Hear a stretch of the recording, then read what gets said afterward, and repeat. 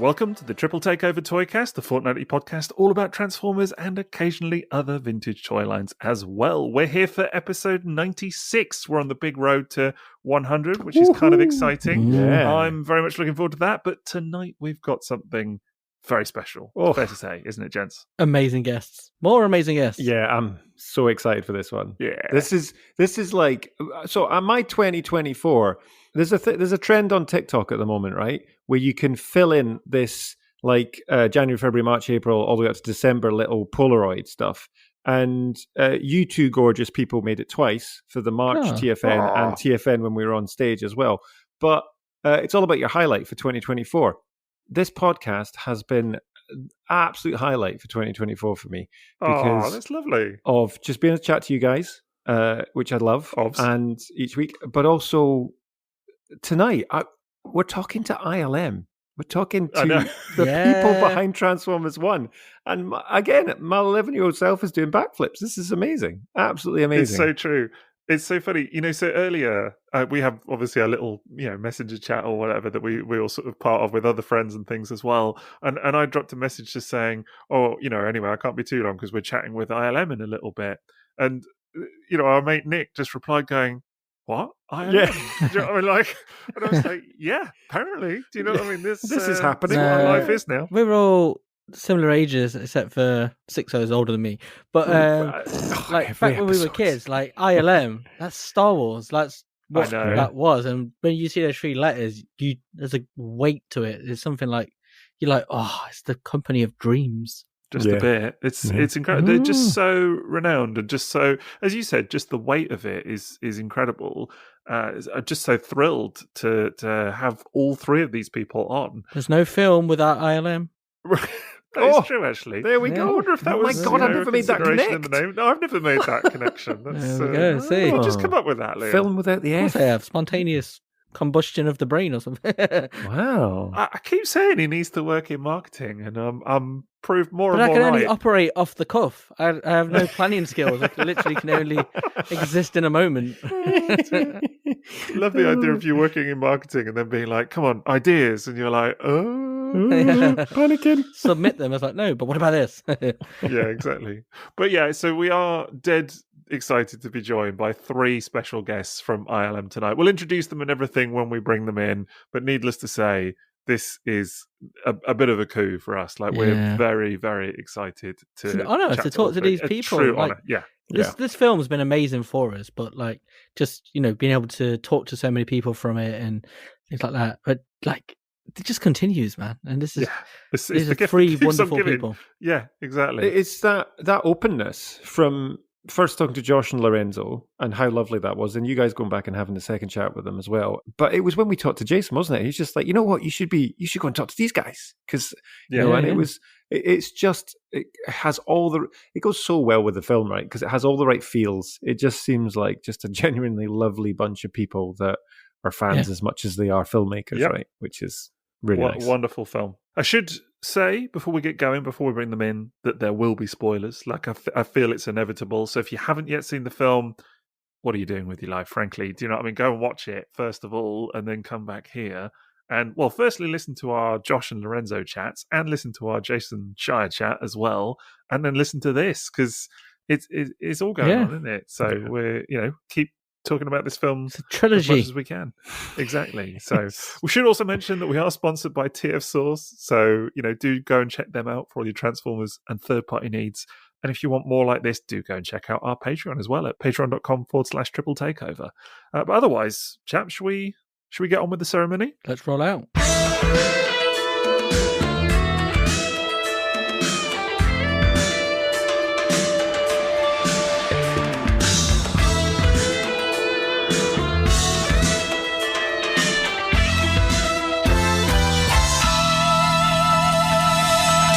Right, well, we are absolutely delighted to be here tonight with three incredibly special guest, which is a lot of guests for us, I've got to tell you, in one podcast. But it is. Most ever. It is the most ever, isn't it? I'm not quite sure how we're going to make it work, but I'm sure we will. So we're joined by, now forgive me, I'm going to try and get job titles right. Do correct me if any of this is wrong. So we've got Stephen King, who is the head of animation for ILM Sydney. That's correct, isn't it, Stephen? That's correct. Yep. And I was also the animation supervisor on Transformers 1. Ah, right. Yes, indeed. So then we've got Amy Beth Christenson, who is the art director and lead character designer for Transformers 1. Is that right, Amy? Yeah, well, my title ILM is art director, but I was just the lead character designer on Transformers 1. Got you. Right. Okay. So two job titles, which is, you both got two job titles, which is kind of impressive. I guess you get a job title in general and then one for the film, right? Yeah. That makes total sense. And then Alex Fry, who is compositing supervisor. Yes. There's a couple of extra titles, but we'll go with that for here. Okay. And Alex, I feel, before we kick off, I feel like I owe you kind of an apology, because I think I referred to you on Twitter as an animator, and then Stephen mentioned to me, quite rightly, that is apparently not the correct Very wrong vernacular. Is that right? That's correct. Sometimes when you're it's like talking to your mum. Everyone's an animator Right. from a certain perspective, Yeah. but once you get into the weeds, almost nobody's an animator. There's Okay. a handful of people like Stephen. Got you. Right, thanks. See, I'm so used to talking to Jason here, who is a bit of an old time animator himself, you see. But I think it's more in the kind of Stone Tablet era. But well, even then, you know, peg sort of Crayola. Yeah, it's my peg bar and my light box. That's where I came from. So yeah, I am old school. Exactly. Yeah, you know, I'll send you guys a link to my film. You'll love that. Whew. Maybe I've got ADHD. Who knows? But you know, it's quite eclectic. Should we call it that? Right? He's quite old, so it's probably black and white from the silent era, isn't it, Jason? There is some black and white bits to it, actually. It's true. Yeah. There you go. Spot on. But needless to say, we're incredibly appreciative of you coming on and your time. And like Stephen, I know, you know, we've been chatting in DMs and stuff about making this happen, and we just really appreciate it, to be honest. So, and I gather, and you obviously mentioned just before we hit recording there, that you guys actually listen to the podcast as well, which for us is a big honor. Great. Thank you. You're all nodding away, so that's like, I'm taking that as a good sign. Yeah, definitely. You know, especially while making the film, you know, it was kind of important for us to see what the fan base is all about, and you know, especially when trailers dropped and sort of secrets came out, just sort of to gauge the reaction. You know, it's I think I speak for all three of us, but also for everybody that worked on the film. You know, it's a deeply passionate project. You know, most, if not all of us, are Transformers fans from our childhood or at heart. So, you know, we wanted to make sure that that's amazing. Everybody was feeling the vibes that we were putting out. Yeah. Well, I think the reaction to it generally has been, I mean, certainly to the film itself. Some of the trailers obviously caused a lot of debate and things like this, as I'm sure you saw. And I know that, you know, having spoken with people like Josh and Lorenzo, they felt that a little bit as well.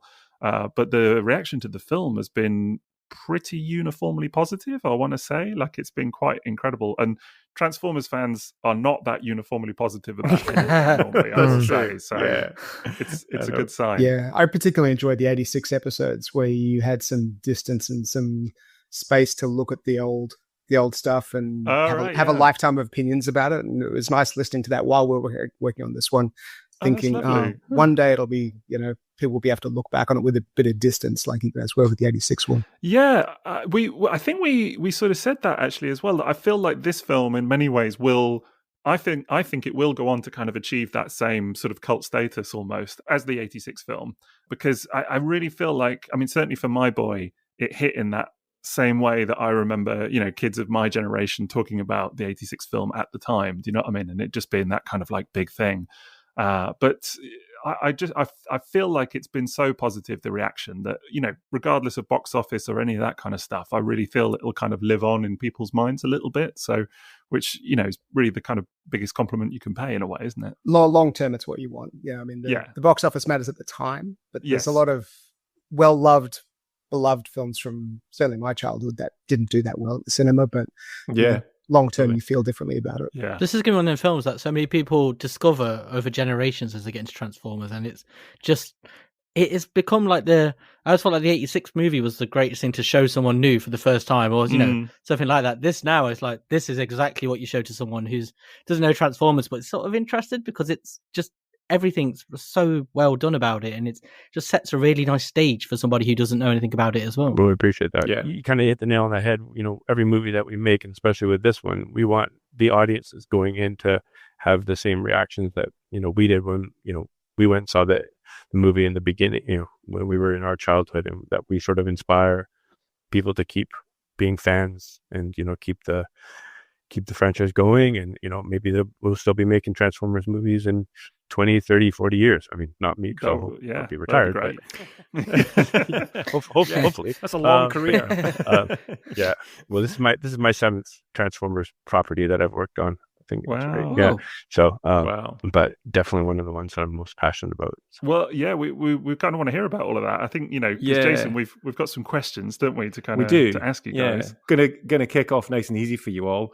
And Stephen, we'll start with you, if that's all right. But for all of you, and we'll go Stephen, then we'll go Amy, then we'll go Alex, if that's all right. And just give us a little kind of nutshell of like who you are and what brought you to ILM. Sure, absolutely. So name's Stephen King. I'm the animation supervisor for Transformers 1. I've been a Transformers fan since my childhood, from the cartoons to the toys. I remember my dad always getting mad at me because I had Thundercracker, and I always be leaving his wings and pieces like that into my dad's car, and he'd sit on them and he'd get all upset. So I have a deep passion for Transformers, and funny enough, what brought me to ILM was Transformers Revenge of the Fallen. So, I've been at ILM for almost 16 years now, and that was my first project. And I worked on 4 of the Michael Bay ones and the ride, and now got a chance to supervise on Transformers 1, which was an amazing experience. That's incredible. Amazing. And Amy, same question for you. My name is Amy Beth Christenson, and I was the lead character designer for Transformers 1. And kind of same as Steven, I've been a fan since 1984. I was way into Transformers, G.I. Joe, Mask, He-Man, all that type of stuff when I was a kid. Brilliant. We would have been friends at school. So that sounds nice. I would, yeah. That's the thing. When I met Josh and Jason for the first time, I felt like I would have been the kid following them around on the playground and school, because we had equal amounts of nerdiness about Transformers. And I had all of the toys as well. And if you can see behind me, I've been collecting the Masterpiece for years too. Nice. So, yeah, amazing. That's cool. Good stuff. Well, I'd love to sit and talk about Mask as well. I mean, you said the right words there. We're all huge Mask fans. Is that a hoverboard as well? Yes, it is from Back to the Future. Oh, okay, come on! Oh my goodness! Officially, the coolest thing we've had in the background on this show. I know, totally. Does it actually hover? No, and I'm really mad at science for not giving me a hoverboard yet. So these movies tricking us. Does ILM prop department? That's what you need to contact them. And Alex as well. Yeah, like I think everyone, the '86 film was sort of a pretty key moment for me. I mean, I'd never really had that many Transformers as a kid. I had some friends who had one. I only had Cosmo. He was my only actual physical Transformer as a kid. Good one, but though. the film was my thing. I just loved everything about it, the way it sounded, the way it looked, the energy that it had. It was just such a cool thing that was of its time. I grew up wanting to be at ILM. I sort of, had books from when I was about 14 or 15, the big ILM coffee table books that they would make, and then got into this sort of work. I spent most of my career at Animal Logic, doing a lot of animated features there. And then conveniently, ILM turned up in Sydney, and I literally crossed the street and changed teams. And I've been at ILM for about 4 years now. And my sort of day job now is doing color science stuff. I'm sort of not a comp full time anymore. But when this project came in the building, the '86 spirit got in me. And I was like, oh man, I've got to get back. I've got to get back in the game. I've got to have one more radio. This is the one. So that's a bit that I'm really interested in, right? So you're all fans. You're hearing in the grapevine that there's a new Transformers 1. What was the story here then for you, Stephen? First of all, like, did you hear about that Josh was involved? Did you just hear there was a Transformers movie in the kind of pipeline? How did you become to be involved, and did you kind of fight to get involved in it as well? Honestly, I heard about it a sort of a year before we started like pre-production in earnest, they told me, hey, we're thinking about you for this Transformers animated feature. And I went, Transformers, okay, I've done, 4 of them. I wasn't, to be honest, I wasn't immediately excited just because, sometimes I'm someone who sort of likes working on new properties all the time. But then I was like, animated, this sounds different. This is going to be something totally cool. And like I said, I think that the Transformers fandom that I had sort of put aside, since the Michael Bay ones, like after, because I didn't think we were making any more of them, kind of resurfaced, and I got super energized. And so I found out about like a year before I even started on it. And, Rob Coleman, our creative director, was also sort of animation supervisor during a lot of the pre-production, and was very great mentor for myself if I had any questions with him. He was like, yeah, we want you to work on it. So that's how I got onto it about a year before, and then really started when we kicked up pre-production and really needed to work with Josh, who Rob told me that it was Josh Cooley, directed Toy Story 4, and so it knew that I was working with somebody that was really serious about it. And the brief that I was given of what he wanted sounded so exciting. And so once I got on it, I was really excited to be on it. And we just started pre-production and started figuring out how Josh wanted the characters to move, which is part of my job. Yeah, amazing. Good stuff.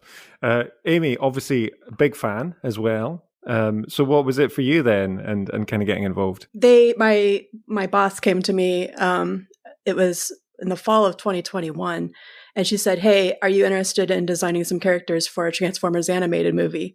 And I was like, well, I'm sure I used a lot of cuss words. And I was like, it was definitely a yes, please. But in my head, there wasn't any more information. So in my head, I'm like, okay, I'm helping out a much bigger team that's been on us for a while. I'm just going to be doing little things. I'm only be helping out for a few weeks. This was, I'm guessing in my head, because there wasn't any information. And then I got on the Zoom call with Josh Cooley and Jason Schreier and the art director, Gerald DeJesus and stuff. And it was like, no, I'm the only character designer, and I'd be doing all the main characters for a while. And then it kind of hit me, and then I got really nervous. I got really nervous, really stressed out, because I put a lot of pressure on myself, because it's like, that's the thing you don't want to mess up, right? You want to like do something that the fans like. Yeah. And I don't want to let myself down. I don't want to get like death threats from the internet, like that type of thing. So I was freaking out, but then talking, it was over the course of that first meeting. It wasn't even half an hour later. Like, I was freaking out when I found out how big the task was and that it was me. And at the end of 30 minutes, I wasn't worried anymore, because everybody on the call was just so passionate about 1980s Transformers. And everybody was so cool, so nice. And I'm like, this is a great team. I cannot wait to work for these guys and do this. And it just dissolved every amount of stress that I had in my body. And I had a total blast working on it. Amazing. The whole time I was working on it. It shows, Well, as I mentioned before, you really kind of come highly talked about as well. Both Jason and Josh have sung your praises in particular to us. I think Jason calls you ABC. Is that fair to say? Yeah. Yeah, because it took me a minute. I think he said ABC at one point. He just kind of dropped it into conversation, and I was like, what's it? Oh, and then it kind of dawned on me who he was talking about, because Josh had already mentioned you to us, I think, when we first met him back in June. I want to say, which is like, person. And at the time he was like, "Oh, you should totally get her on your podcast as well." And we were like, "Sure, do you know what I mean? Great." Awesome. Yeah, those guys are fantastic. Yeah, definitely. It was definitely one of the things when we chatted to Josh and even chatting to Lorenzo actually, but it was and then Jason. It was the fact that everyone was fans. It was just, we were just chatting about stuff that we loved. And, I'm not going to start gushing about the film again. You've heard me gush about it already and how much I love B127. So instead, Alex, we'll come to you, right? So what brought you in for TF1? Yeah, I think there's often sort of company meetings where they'll give a list of potential upcoming projects. And this mysterious, unnamed animated Transformers film popped up. Oh, that sounds interesting. I'm going to start sniffing around that. And then got in the ear of a few people and was able to see some of the early artwork, and some of it was Amy's character designs, and that was very intriguing. So it was like, oh, these actually feel like the Transformers film I always wished it existed. Yeah. The base stuff was just so different to my 86, Transformers, but seeing those character designs that were true to the originals, but the cooler version, the up-resed, what you always imagined they could be versions. But the final thing that tipped me over was a piece of artwork that Jason had done, which was the surface of Cybertron with this sun rising up. Amazing. And one of the additional bits of sort of reference was the album cover from FM 84, which is this vaporwave sun rising. And once I saw that, I was like, oh, no. These are my people. I need to be on this. This is going to be vibe. They get the vibe. Yeah. You could hear the soundtrack from the picture. Totally. It was and from there, just started getting into people's ears and going, yeah, look, maybe it should be me. Maybe I should be the one that does this. I wanted to be me. Yeah, brilliant. Yeah. And luckily they were receptive. Amazing. Seen as a safe pair of hands after some of the other animated features. And it all worked out. That's brilliant. So cool. That's superb. I think the passion, as you said, Jason, the passion that everybody seems to have had for this film really shines through as well. And that, I mean, not just in the final product, although yes, it does seep through into that as well. You can see that with, the way it's put together, as you sort of said, the character designs, everything, it's all there on screen. We talked about it being like a real love letter to, that kind of classic era of Transformers. And I think that really comes through. But the fact that every person that we speak to and every new person that we kind of come across just seems to have loved working on this film as well. So it's always lovely to hear that was the case. So yeah, definitely. It's pretty rare when you get one of those projects that everything about it is great. Yeah, the result is something you're very happy with, but the actual process and the people that you're working with and everything about the whole way the whole thing plays out was great. And that's not always the case. Sometimes you work on good projects that were miserable to work on, or sure, vice versa. It was a great project, but the final result was rubbish. But occasionally you get one where it all comes together, and this was definitely one of those. Well, we're obviously thrilled it was a Transformers project. And everyone's been so open about it on Twitter. Like I can't remember a film where I've seen so much information coming out, like from you guys and people who've worked on the film. Everyone's so glowing about it, but it's really amazing as having an interest in this sort of stuff, getting the insight and like Amy, I saw your designs for the character heads and things like that, and like stuff you don't normally see. Like you might get a featurette or the odd bit, but here there's so much information, and it makes you feel really like connected to the movie. Been brilliant to watch. It's been really fun to share that kind of stuff too. But that all goes back to, again, like Josh and Jason and Aaron Dim, the executive producer and stuff, because I think it is because we all loved working on it so much that everybody's like, yes, please approve it. We can share everything. You know what I mean? Share all of this. That's great. On the internet. And I'm not supposed to say this kind of thing probably, but I'm going to pick a favorite. And this is by far the best project I've ever worked on in my life. Wow. To the point where I'm like, should I just retire now and become a farmer? I don't know. It was really fun. Transformers 2. Come on, we can do it. We're going to get it. This is I love all of my children, but Transformers 1 is the number one child. This is it. We're still very hopeful for a sequel, honestly. We are fighting that corner. Everything's crossed. It's it's a different world now. We're still hanging in there. Exactly. But we did want to talk about the character designs and stuff, actually, and that was obviously like a big part of this film, but also a real source of intrigue as well. And as was mentioned, Amy, we've seen a lot of your behind the scenes stuff that you've posted on Twitter and things like that. But what was the approach to coming to this thing? Because of course, Stephen, as you said, it was very different in terms of the look of the Bay films and that kind of stuff, and even to like Rise of the Beast and things that have been going on more recently. So what was the approach? Was it very much like make it look like the classic era, like G1, or was it more simple than that? I don't know. It was very much wanting to go back to the G1 1980s Transformers, but to put our own little spin and style to it as well. And a lot of that came from Josh and Jason. They had a really great presentation for me as soon as they kicked me off, as far as it kind of pulled a bunch of reference of, Megatron and Optimus Prime, of what had come before, to talk about this is what we are drawn to, this is what we kind of want to avoid. And it was, kind of across the board reference of things that had come before. It also helped too that Jason Shire and Gerald DeJesus had already started on some Cybertronian designs for some buildings. They had started to kind of come up with a language there. So I was kind of drawn towards this. They're very much into Art Deco, with keeping something looking streamlined, but have enough geometric patterns inside of it that as you got closer, you could still see that there was a lot of detail to it. So that was very easy for me. I'm like, okay, now I'm going to look and see what I can do Art Deco wise with the characters, keeping these proportions, these G1 proportions that they kind of wanted to keep from that.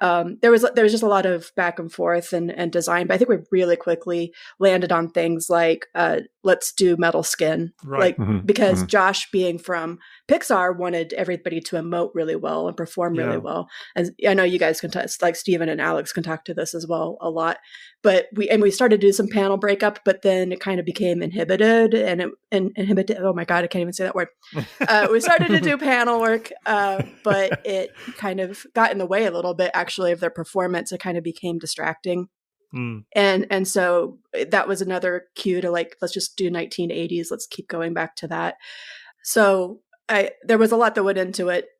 But that's sort of like the way we started was just, let's just look at 1980s, and bring a little bit of the style and the rest of it evolved pretty quickly, actually. Yeah. Cause it's so different. And you mentioned obviously like the panel lines and that kind of stuff. I mean, particularly the faces for me were the one major difference from the kind of Bay film era design, where you've got, I mean, in the live action film, so many different moving parts in terms of the way that the characters speak and the eye movement, that kind of stuff. How was this different then? Because it must have been quite hard to replicate the look and feel of the classic animation, but in a 3D space, if that makes sense. Yeah, I think the big thing that we were also concentrating on is getting a really good likeness, getting a really human feeling to the faces in particular. We also looked at J.C. Leyendecker, who, for a lot of different reasons, but J.C. Leyendecker, the way he draws his characters is very, they have kind of a very planar, machined look. And so I was looking at that and I was bringing that in because the way he understands the planes of the faces, I thought would be a really good thing to bring into their likenesses, and I could get a bunch of different faces in. And also, it was really important. I thought every character should have their own theme. It's like Bumblebee's very round, so he should have a lot of circles. He should have a very round face. Alita is a little bit more aggressive, so I was going to give her some more angles, and I wanted to make sure that her helmet, the little negative space of her helmet where her face went, was a little bit more of a triangle, that type of thing. So kind of playing back and forth. And we actually designed all of the main characters at the same time. Like we tried to evolve them at the same time. So there's a lot of loose sketches, show it. How do you guys think, is this working out? Yes, keep going. Oh, hey, I think B should be a little bit shorter, stockier, more round shapes, but always in a lineup. So we're always going back and forth between all of the main characters to make sure they all looked alike. But then they had to transform, so we're also designing their alt modes at the same time. Yeah. So that's the bit. So Stephen, this is for you actually. So then seeing these character models, and obviously, how you're working behind the scenes. We did talk about this in the other episode as well. So if you're aware of like Jeff Senior, who's one of the artists for the original UK Transformers comic, who's kind of famously does the emotive eyes that you brought in, Amy, for the kind of characters and stuff like that. But Stephen, from an animation point of view, when you saw these models starting to come together, what was your initial thought, and for you and the team, of what you could do? Well, it was really sort of, like the models looked like, as Amy said, the G1 but feeling that sort of evolution of it. And so for us, it was really discussing with Josh of like how he wanted them to feel. You talk about the Bay films and everything about them is larger than life and more than meets the eye, and like had to get it in there. Brilliant. There it is. Love it. Yeah. Ding.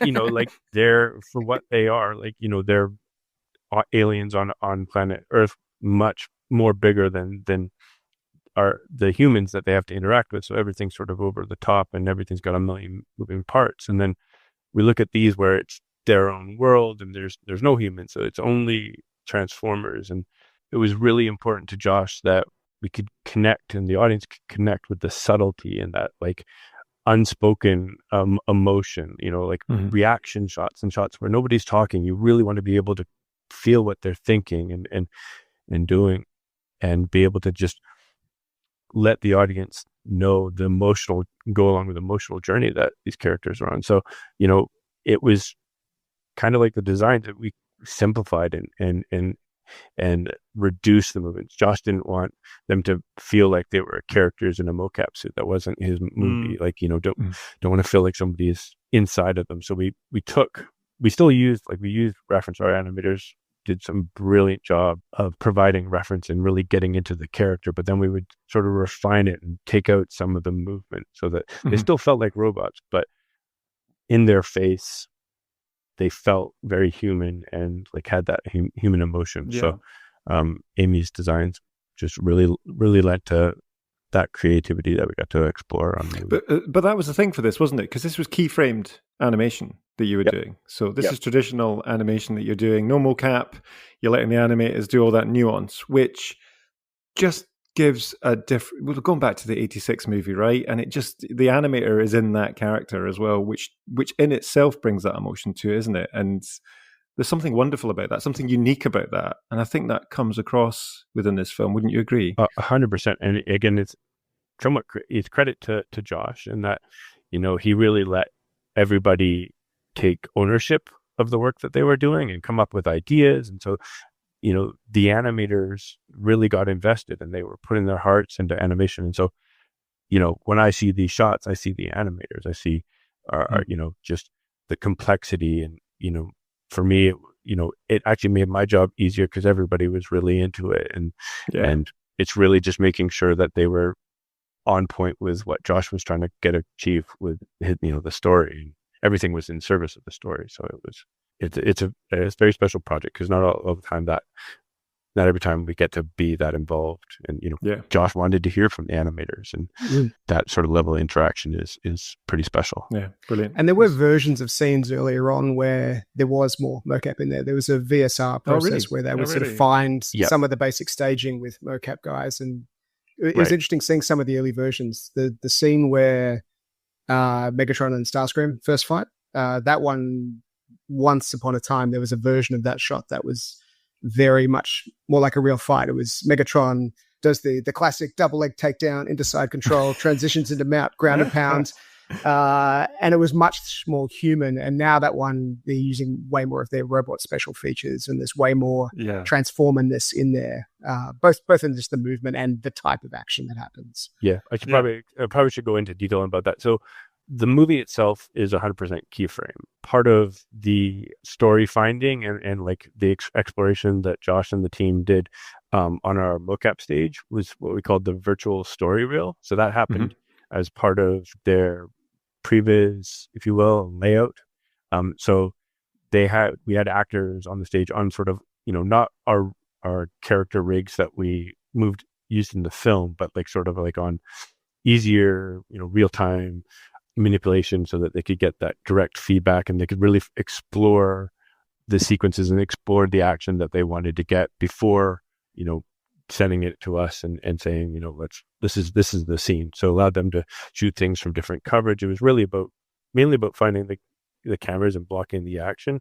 Funny enough, I think it started out like, we're going to be able to shoot all the action, like Alex sort of said, but the stuff where they really honed in and keyed was the talking sequences, and it allowed them to find the moments for them. They had sort of the scratch dialogue, and the actors acted to that.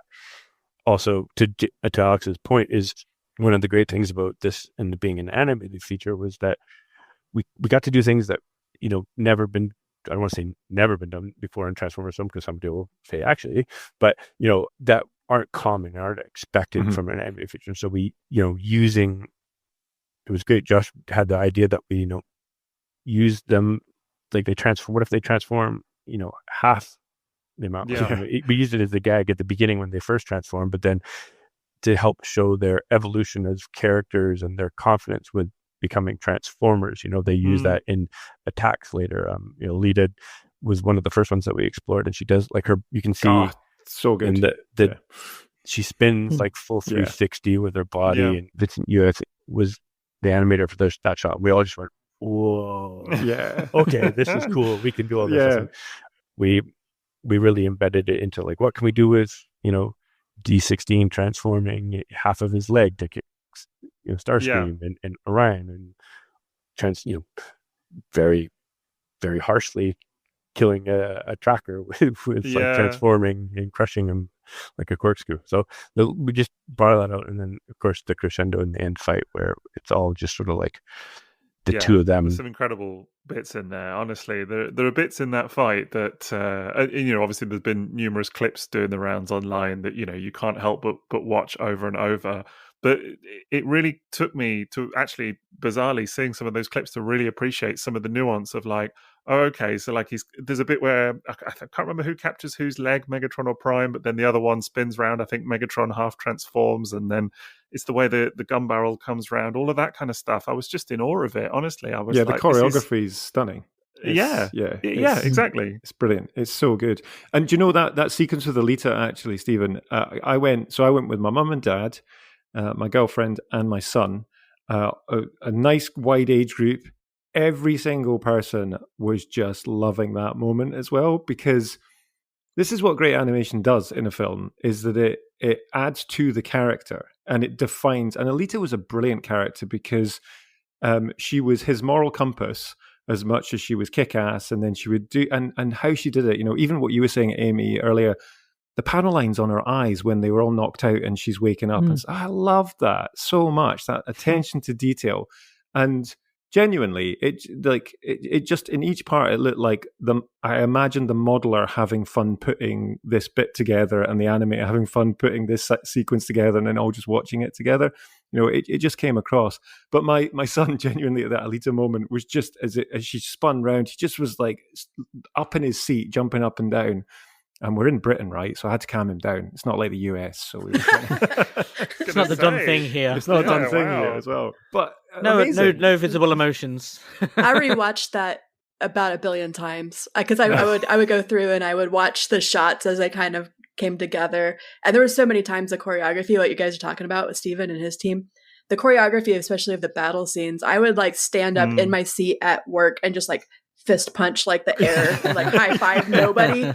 But I was like so excited about everything that they were coming up with. It was awesome. Yeah, for sure. I got to give a shout out to Chris Batty and his layout team at Paramount, because they were the ones that sort of did the initial layout for us, and they as well had a bunch of fans. So a lot of sort of like the references that you see, some of them very much come from them. Right. Yeah, even in the early sort of board versions, there were lots of direct throwbacks to the 86 film that really? If you knew what you were looking for. It's like, there. Yeah. I see it.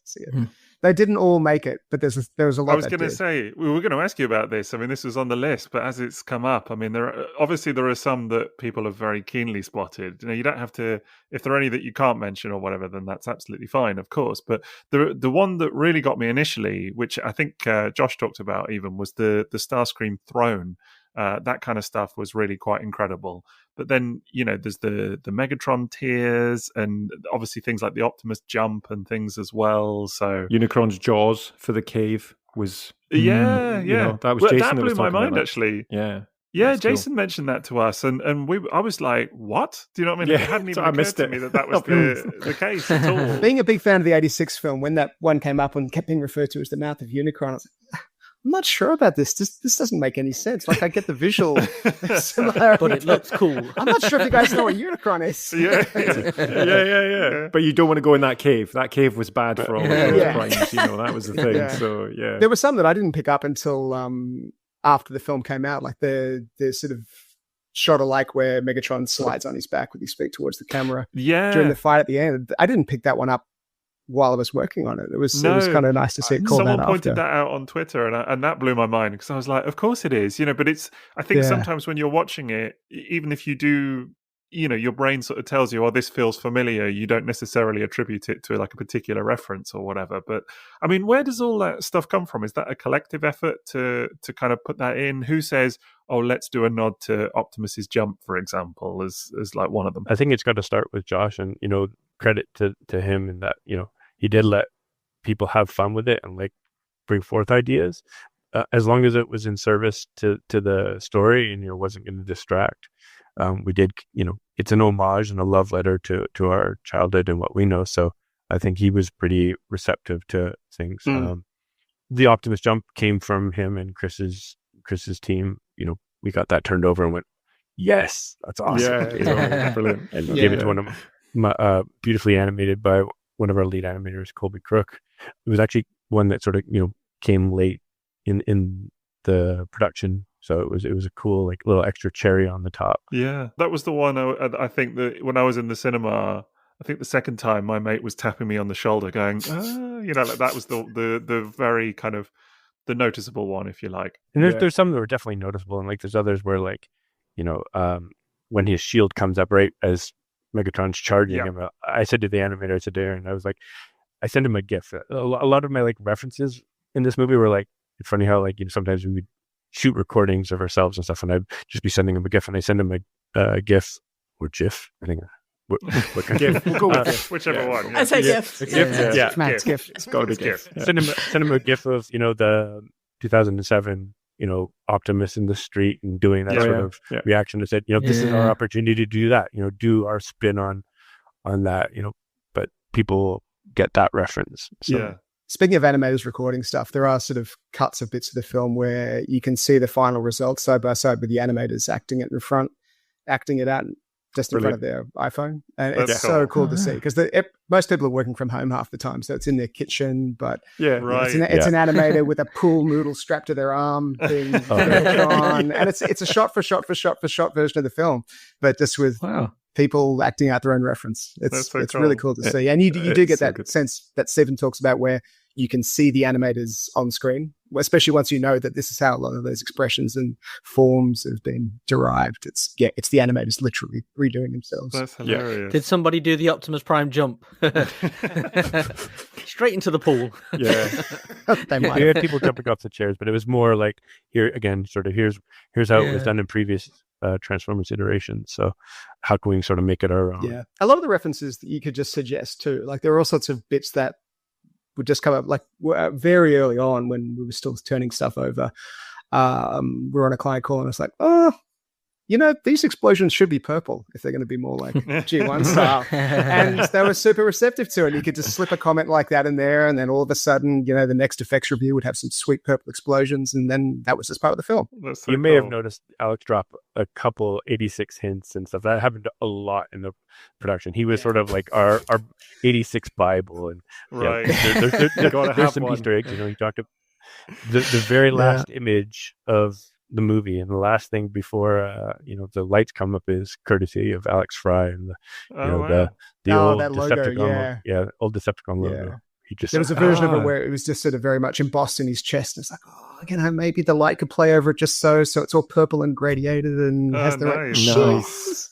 around the edge. And I'm glad that one made it in there. But that was a very quick one. I had to convince my 7-year-old to sit through the whole credits, which was not easy. And I was like, it will be worth it, lad. Do you know what I mean? Just stay there. Do you know what I mean? And he was like, even then it was, because I thought that bit came earlier because, I got it muddled. And I was really like, you've got to wait, honestly. And then he was quite glad that he did. And by the time it rolled around, he thought it was cool. I went to one of the fan screenings here in Sydney, and same sort of thing happened, credits start rolling and people start getting up, and I literally was like standing up and like, sit down. There's more coming. I can't say. And then like the B with Steve and Aatron comes on. And everybody gets laughing, and then everybody starts to like, no. More. Exactly. Totally. Absolutely.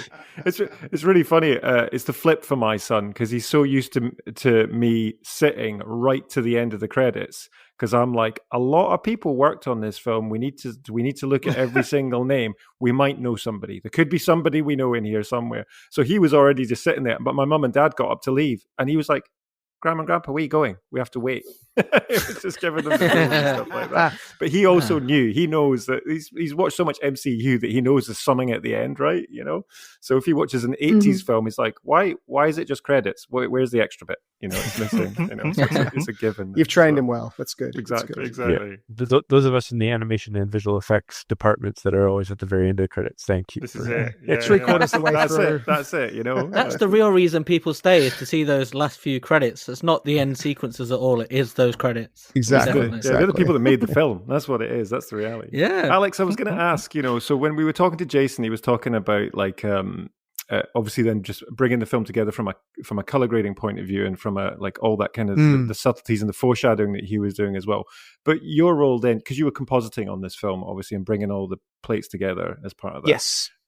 So within this, I'm just interested to know about like the stages that because compositors always gets you're at the kind of the end of the pipeline, aren't you, really, for that? But you've got the animators going. So what was happening for you during the time that Steven's working on stuff? With comp on an animated feature, it's much more heavily tied to lighting. So the two teams are much more entangled than they would be on a normal visual effects project. So the lighters do a lot of compositing themselves, and the compositors have a fair bit of influence over the lighting as well. By the time we start touching stuff, animation's generally locked off. So, I mean, ideally, because you don't want to do it twice, so you try and wait as long as possible before you start to get into it. Both lighting and comp, though, the goal is to try and make the thing feel as much like Jason's artwork as we can, like a more elevated, shiny, in motion, more photographic version of his paintings, but the overall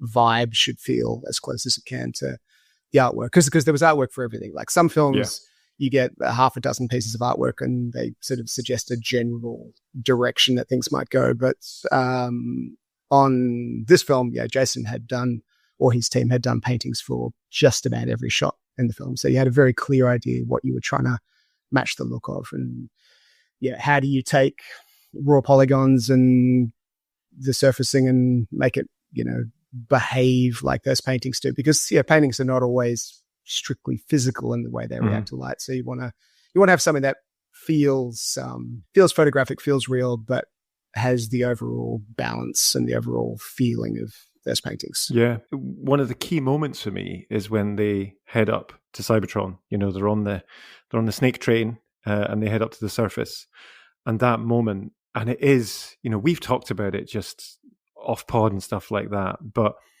that kind of just the moment when they came out, and it was so lovely being in a busier cinema, seeing people, because there was just a kind of silence of just this awe and the beauty of it as well, and putting something together like that, and it does look painterly, that kind of the style of it, and putting an element together. But from your side, so because there's the foreshadowing within, like when you've got the the underworld, if you like, and the different colors for there, there was all this kind of foreshadowing for as it went through as well.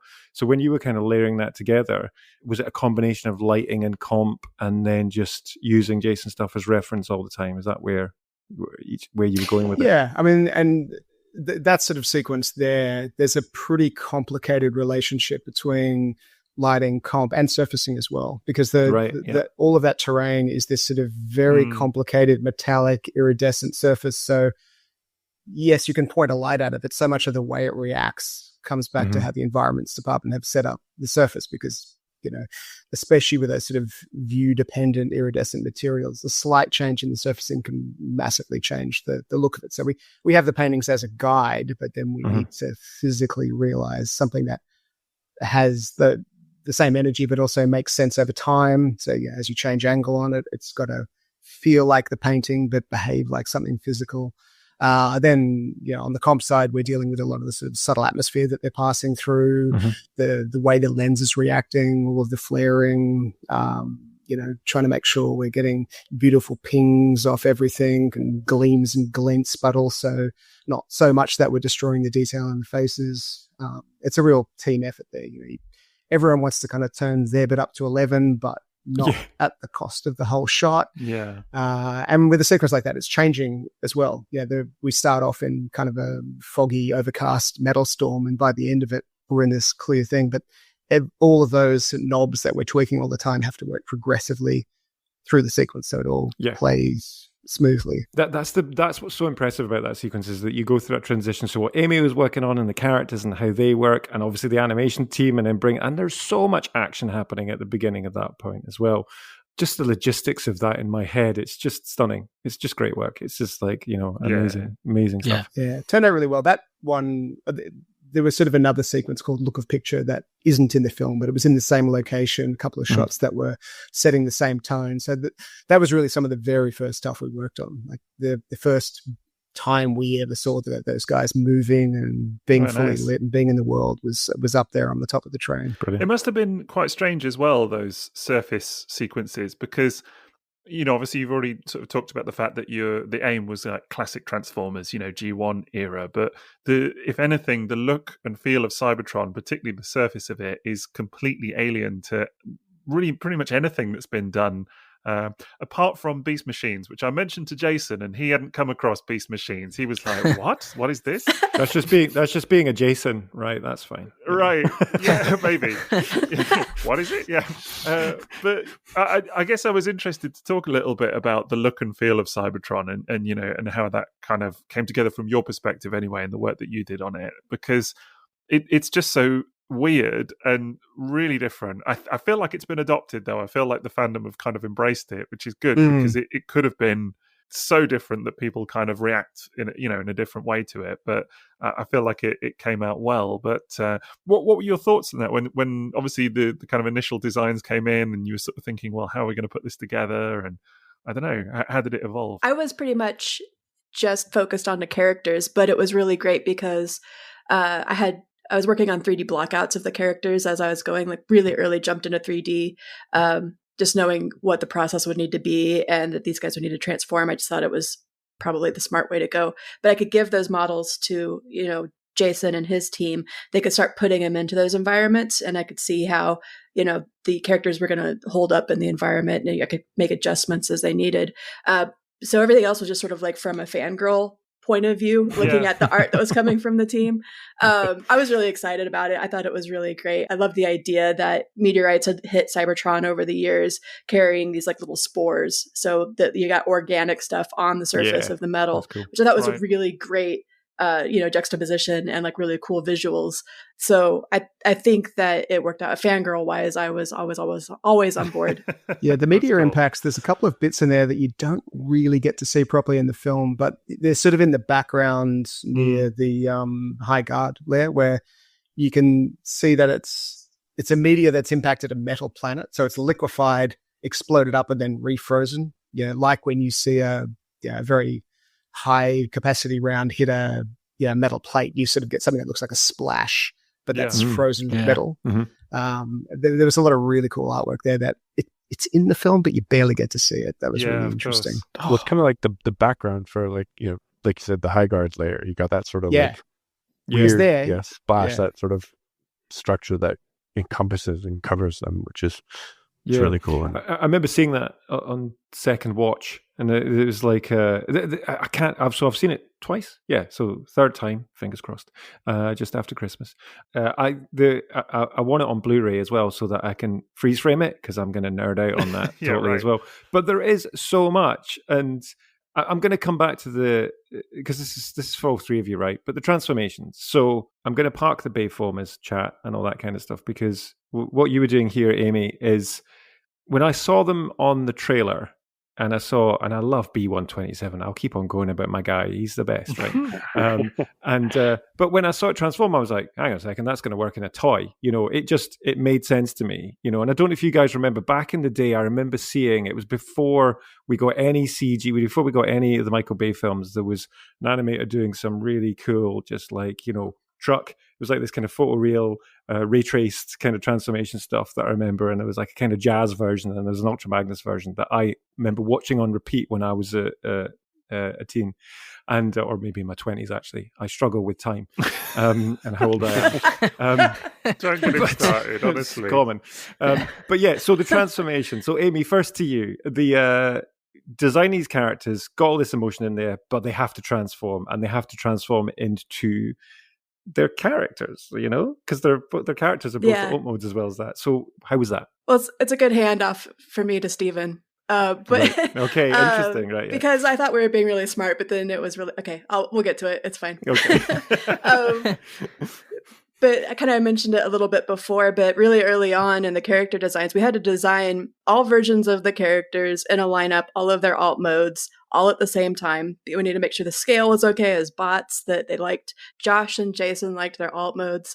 And then we're kind of getting everything in place and getting a little bit closer to a kind of a green light box for like, this character is pretty much good to go now. we jumped to 3D really early on. Myself, for the first few months, it was just me, but then Chris Voy and Evan Whitefield, their other artists for the ILM art department, jumped in to help me. But I modeled all of the characters in 3D just to kind of I like to do that anyway, especially if it's hard surface, to show a director, because I want them to see what it looks like from every angle, every point of view, make sure that the mass feels right. But knowing that they would need to transform. And then Josh really early on was like, we can't do this. This isn't possible, right? And I was like, no, I'll figure it out. Well, because I had my toys and I'm like, the toys work. So that's a place to start. Right? Exactly.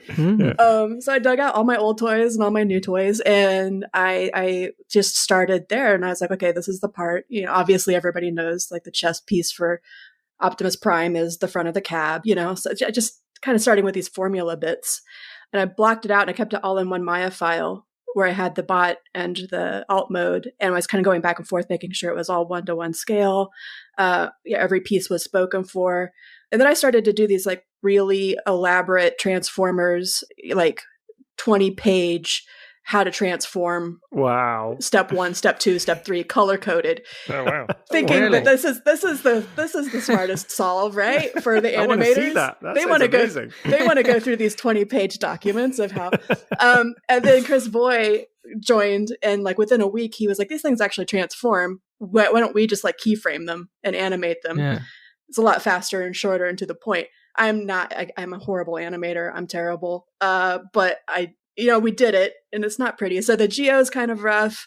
There's a really rough idea for how they transform. And then poor Steven and his team had to actually make it work, because all the pieces were there. In theory, it worked, but I mean, I'm a bad animator, so there's tons of crashing. I have no way, I wasn't even rigging the things. I was just parenting groups and hoping for the best. So it was pretty messy, but at least it was a basic idea. And that was kind of nice, because then we could pass it back to Paramount as well. And then Chris Batty and Josh could see it. And then they were still working on some sequences in the board form or layout form. You can get some of that battle choreography in, because then they could see how like Arachnid would transform and maybe work it in a little bit if they were still working on it. But that was my contribution to the whole transforming thing. But like I said, there was so much to figure out and fix afterwards that I continually apologizing to Steven for everything. He did all of the real stuff. So no, Amy doesn't take enough credit. Her models and her exploration provided really great starting point for our team. And we analyzed this multicolored like movies and files that she would send, and it would give us a great sort of starting and end points. And as animators, we love to explore, and we love to it's the challenge of doing the Rubik's Cube. You can peel all the stickers and put them in the right spots, but that's not as fun as trying to put it all together. And I think that was sort of where the challenge was. And we definitely used and learned, like for myself, having worked on 4 Bay Transformers, you use that experience and the tools, a lot of the same tools, to make the transformations happen. And one of the things that conceptually Josh was like, this is normal for them, for the Transformers that can transform, the Iaconians and the High Guard and all that, they do this every day. It's like breathing to them. So we're not going to make a big deal out of it for the most part. It's why most of the transformations feel like they happen in under 2 seconds. There isn't that flash. We definitely when our heroes transform for the first time, we definitely want to hear it out. And every character sort of gets that hero transformation because it's a Transformers film, and that's what we want the audience to do. But after that, it's sort of like everything sort of happens quickly and is in service of the story. So we wouldn't. We're not adding flair in inappropriate moments, like they're in the middle of battle and he's like twirling his arms and stuff. That breaks up the moment. But the actual, technical challenge of transforming is obviously it's one of the greatest challenges immediately when you say we're doing a Transformers movie. It's like, well, how do we make them transform? And Amy provided a really great blueprint, and then we developed, because it is, as she said, 1-for-1, which is very unique. The Bay Transformers, or the live action ones, you can sort of see it. All the panels, like the car hood, breaks up into about 5, 10, a million pieces, to sort of do the hide on hide. And what I loved about what we were doing was that we get to keep that mass, and you get to see the pieces go to where they're going to end up on the alt mode, on, the truck, and you can follow that. And because they were built from, again, great collaboration with our modeling team, they were all built and named. The pieces were built and named the same, so we developed tools that allowed us to sort of like snap them like to the alt mode. So we would carry both hero character and alt mode in the scene at the beginning, and rough out where the arcs or where they've got to go, and then we could take it and we could do all the transformation on one asset, on one character. Wow. And have all the pieces move, but you just be like, okay, this is where his shoulder needs to end up, or his forearm is the grill. And so we use the tool that helps us snap it, and then you get your in keyframe and you work about making it move and, not crash and not penetrate. They ended up being a lot of fun and something that people could really sink their teeth into. And, my favorite ones are actually when they, I shouldn't say my favorite because, we don't do that, but some of my favorite, are when they first transform back, like they've all crashed at the end of running away from the trackers, and they get back up into it, and like those are maybe some of our most flared out moments where we, the pieces keep transforming a second after they've, because they're learning. And totally. It's the team just sort of really ate up the challenge of doing transformation. So so just to get this straight in my head then, so you had a rigged character, and that same rigged character would be able to snap and transform into the alt mode. There was no swapping out different models. We did swap out like over the process, and that was sort of, we could also inversely do somewhat turn our alt mode characters, which are in sort of bigger block chunks of like for pieces, into the biped, so that we, over the course of the transformation, it's not like a one frame on off. It's pieces are getting into the right place and then transforming. Because we talked early on about like, how do we do this? Do we carry the alt mode rig with like suspension on the wheels and all that stuff? And it just felt like it would, for all the shots that weren't transformation, it would really slow and hinder, because you were carrying all these extra expressions and things that we wouldn't need. So we did have two assets, and then we work on blending the transformations seamlessly. And again, credit to Alex and his team to making sure that like those moments look the same. Well, that's what I was going to say. So Alex, there was a role for you here then as well, yeah? Well, yes and no. I mean, because of all of the work being done properly upstream, we actually didn't need to do a ton on the lighting and comp side to make this stuff work, because it just worked. Like there was no ask to kind of go, we've got to get you to this frame and then to help us out with some 2D hack to get us to here.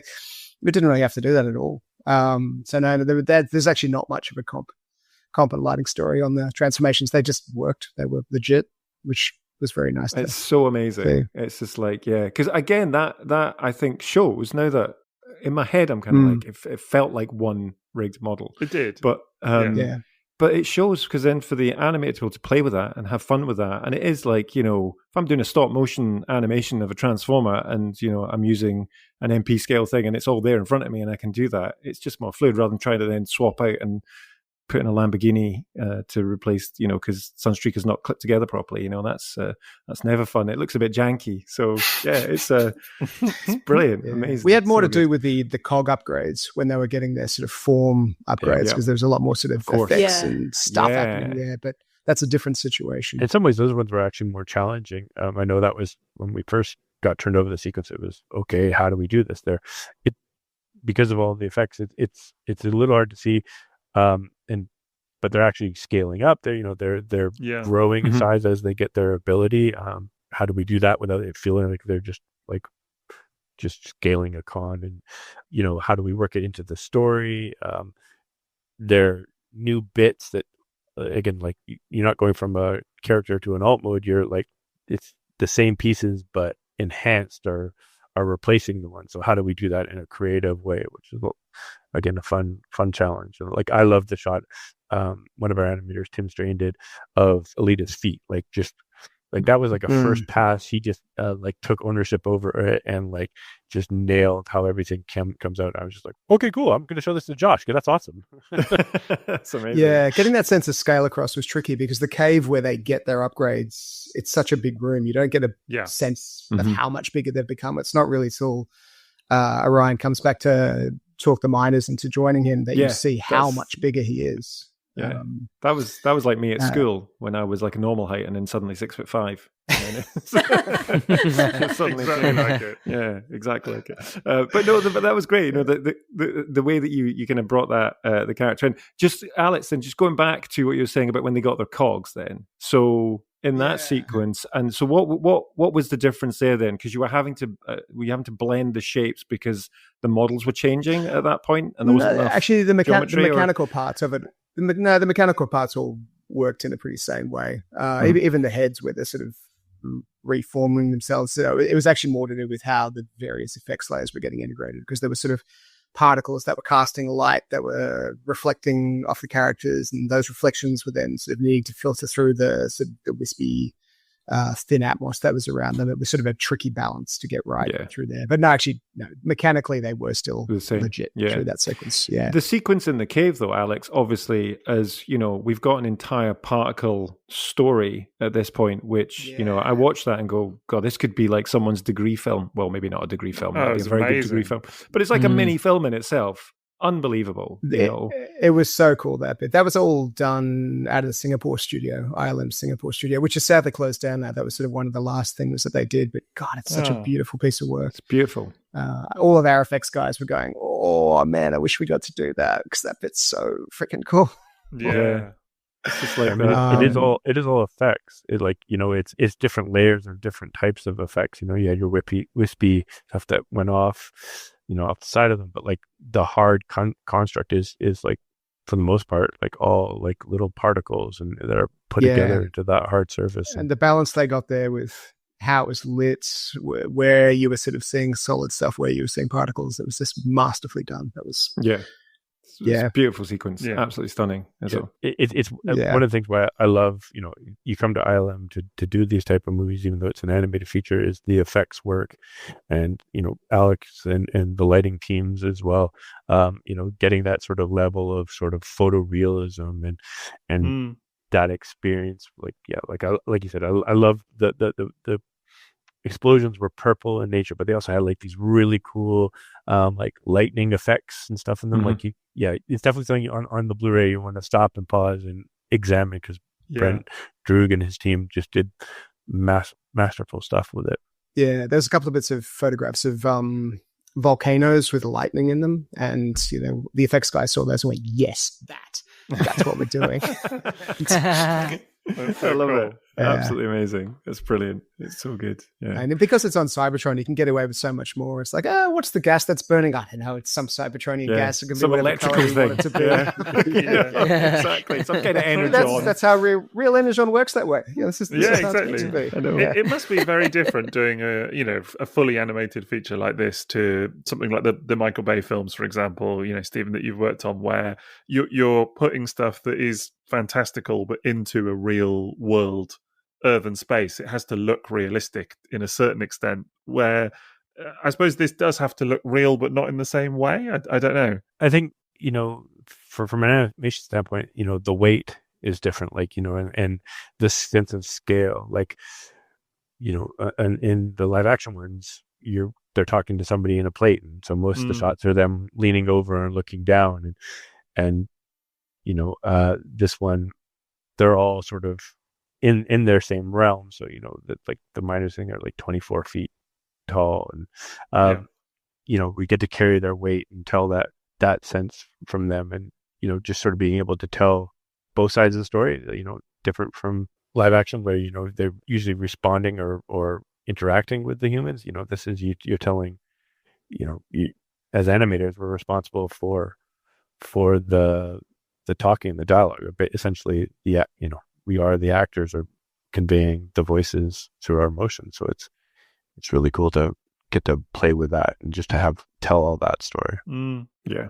And not having a live action plate to be constrained by is one of the fun things about an animated feature. I could see that. Yeah. Sometimes live action plates are beautiful. The DOP was on point, and it really enhances everything. Other times the plate's not much chop and you've got to match it regardless. Whereas an animated feature, you got free reign. You can make the thing as cool as you want. Blank canvas, Totally. It's brilliant. So kind of just coming back to a step then to some of the character design stuff and design in general. I mean, obviously we've mentioned a lot of G1, that kind of thing. Obviously there was a lot of inspiration from other bits of Transformers as well. Like Transformers Prime was, I mean, as soon as the first trailer went up, I can guarantee you there was a certain sort of section of the fan base that all were big into it around the sort of 2010 era that were like, oh my God, is that Arachnid? Is that this? Is that? So I guess I'm really interested to kind of hear about those sort of that blend of influences, if anything, and making that work from a kind of character standpoint and that kind of stuff, because it feels like not just a love letter to that classic era. It does feel like some of that other stuff was built in as well. Is that fair to say? Yeah, I think from the concept art point of view too, anytime I'm working on an IP or a franchise, I mean, Transformers is special to me personally, so it was a whole other, ball game. But any other thing I'm working on, I always want to go back and look at the whole history of the franchise and take a bit of everything. So I did that as well with Transformers. I went through and for every single character I knew I was going to need to design, I found every version of it that had ever existed to the beginning of time and had that lineup to go off of. And whether or not I went over it with, Josh or Jason, it was something where I could pick out, okay, how consistent has this been through the years and through these different properties. And you get people like Sentinel Prime, which have looked vastly different depending on. Well, I was curious about that. Yeah, it's a good one. So he was a big one because he was such a big character in the movie.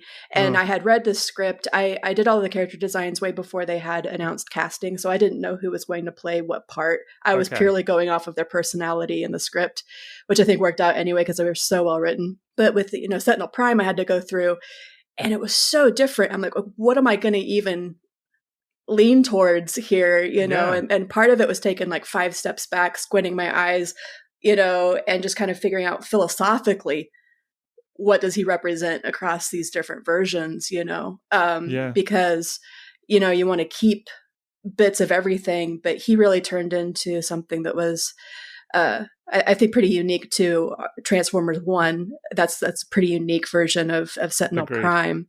But I really wanted to keep bits and pieces of him throughout the years and throughout the different, IDW, some Voyager class toys like that. I was looking at literally everything and just trying to pick and pull, little visual cues, even if it was just proportion or something like that. Yeah.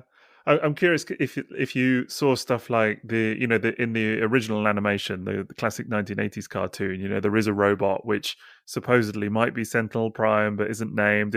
Is that the kind of deep cut that goes into all of this, or is that like a step too far, do you think? No, that's absolutely. I tried to find. I was finding unreleased. I was finding unreleased Hasbro toys of stuff. Really? Yeah. I went in through, which was, actually Alpha Trion. I did that. But yeah, very, very much so. And it kind of related as well to deep cuts. I mean, when I delivered my first pass on D16 to Josh and Jason, I had black helmets on all of them. Amazing. That in itself, people were like, it's Black Helmet Megatron. This is amazing. Yeah. I mean, nobody told me to do it, but I'm like, I'm just going to do it and see what they say. Yeah. And this is how nerdy everybody on the team is. They saw it. They knew exactly why I did a black helmet and immediately went into, is this too deep? Are people going to get it? And I was like, it doesn't matter because the people who get it are going to really appreciate it, right? Yeah, so absolutely. Yeah. Totally. We did. You nearly mentioned something then, which I would just want to pick up on because I don't want to lose it, but about Alpha Trion. So someone pointed this out to me, but of course there was an unreleased BotCon toy from, I can't remember the year, but it was a lion. It was a repaint of a Beast Machines toy, and we're going really niche now, but that was a purple lion, and I didn't know if that specifically had come into the influence somewhere, because from that toy, weirdly, was the influence for the toy that then gave him a horn, if that makes sense. I think it was in Titan's Return. So it was a Titans, right? But that unreleased toy was the first time he was ever like an animal of any kind in purple, especially. So I was just curious. That was all. How again, how deep this all goes. There's because we that was something that we talked about with Alpha Trion early on, because all of the primes, we just wanted them to feel like they were from a completely different era, like a really ancient time that is way long past in Cybertron. So all of the design language that I picked up on made them feel like they were ancient, so they felt a lot different than the modern Transformers. And there's a couple of reasons why we went with Lion. There was that. There was also, I don't know, I think somebody else brought it up too. I think in the comics, he's actually, there was a comic panel where he's a lion early on as well. But it's sort of like a flashback from another character's point of view or something. So I don't know how canon that one is. Right. But I think there was a lot of reasons to go with a lion, with the Beast Wars and Maximals and stuff. You're like looking at these things that felt like it's something a little bit more ancient definitely that they would turn into.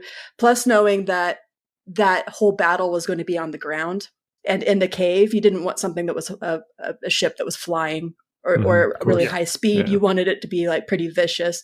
So having a creature felt a lot better too. So I think really early on, it was like, no, lion feels cool. Let's just go with the lion. And so I tried to do like my kind of own version of that sort of like married some of these previous, maybe Alpha Trion references that had already existed, and kind of bringing those in and trying to get it to work for this character. Yeah, it's super cool because I guess from our perspective, there are some things that you look at and you're like, oh, maybe this is a reference to this, or maybe it's a reference to that. And I suppose the reality is that it's all just a big blend of lots of stuff, right? Like it was probably a big concept board of different artwork, and it all fed into it somehow, but it's not necessarily a specific reference to one thing. As such. Correct. Yeah. You just reminded me, Sixo, as well, because when we talked to Josh, then there's the Bible that Hasbro have for oh yeah, so you're all nodding. So I know this is a digital Bible, but are we allowed to talk about this Bible? How good is this Bible? When can I see it? I never got to saw it. We know of it. I've never seen it. Nah. I got to see the Bible. Did you guys see it? Yeah. Because it's just like, I'm old enough to remember when this all began, right? This is a lot. I've got a lot of toys in a room in my house. Okay, this is a lot of stuff, and that's not even most of it. So this Bible must be massive. How lost did you get, Amy, when you were looking at this? Honestly, it was huge. It was the biggest thing I've ever seen. It went on for hours and hours. Like it would have taken me a whole year to get through the whole thing. Wow. So okay. I asked a few questions of like, hey, where can I find this? And am I going to answer? But that's kind of when I kind of went off and did my own research as well. Finding like old IDW comics and, old toys and everything. I went through and found all of that. A lot of it came up actually during the primes, when we were doing the primes as well, because that was kind of a big deal. And there was, not a lot of consistency with the primes and between some of the properties. So, I mean, it definitely helped, but it was too much to get through to actually read it from front to back. So, and I'm a speed reader too, so there's no way. I think Josh went through the whole thing though. Well, that's what he said, but it's like too much content can just be debilitating as well, can't it? So it's kind of like, where do you go? And in one hand, as an artist and a creative, you want to have a rich pool of stuff to pick from. But then at the same time, it's like, could you just narrow this down a little bit so that I could actually just find, just designing Orion packs and going with that as well. It's just like there's certain things you're going to pull out, like colors and stuff like that. But was there any point that you were, and obviously it's a team, right? But for you, Amy, was there any point where you were just like, I don't know where to go with this? Or were you just like, you got your moment of like, this is what I've always wanted in a Bumblebee, for example, because he's my fave. I was nerding out the whole time, so I don't think I was ever stuck. I was like, it was more like I can go 50 different directions, but I don't want to overwhelm everybody, so I'm just going to narrow this down to 5 designs for now. It was more of a question of like, editing myself down at some point. so then a curveball on that. I like a curveball. So the Quintessons, obviously, they came in. So this is interesting from we've got from an animation point of view, it's different again. So Amy, first to you, like designing the Quintessons and those characters. I was insanely excited, honestly. Like the actual story here is they gave me the script, the version of the script, before I had my meeting with Josh and Jason, and I think the Quintessons were mentioned within like on the first page. And I was like, Oh, heck yes. Like, I am so in. I love the Quintessons. So my first pass on the Quintessons were they were sort of a take on all of the 1980s Quintessons, but then it kind of became apparent that, they've got their specific jobs. They're like the judges and the prosecutors, and we really haven't seen that many soldiers and general versions of Quintessons. So it was kind of taking a lot of the ideas of the original 1980s Quintessons, but then trying to design, what does the default soldier look like? And then, what does their boss look like, the general? And they were all originally designed to transform themselves, but then they didn't need to use it. They're very egg-shaped because I thought, okay, it might be cool for the soldiers to collapse into an egg, and then they're easy to like kind of pack into a battleship, and then they can come out and pop out. Cool. So that's why they're very egg-shaped. They roll out. Very egg-shaped.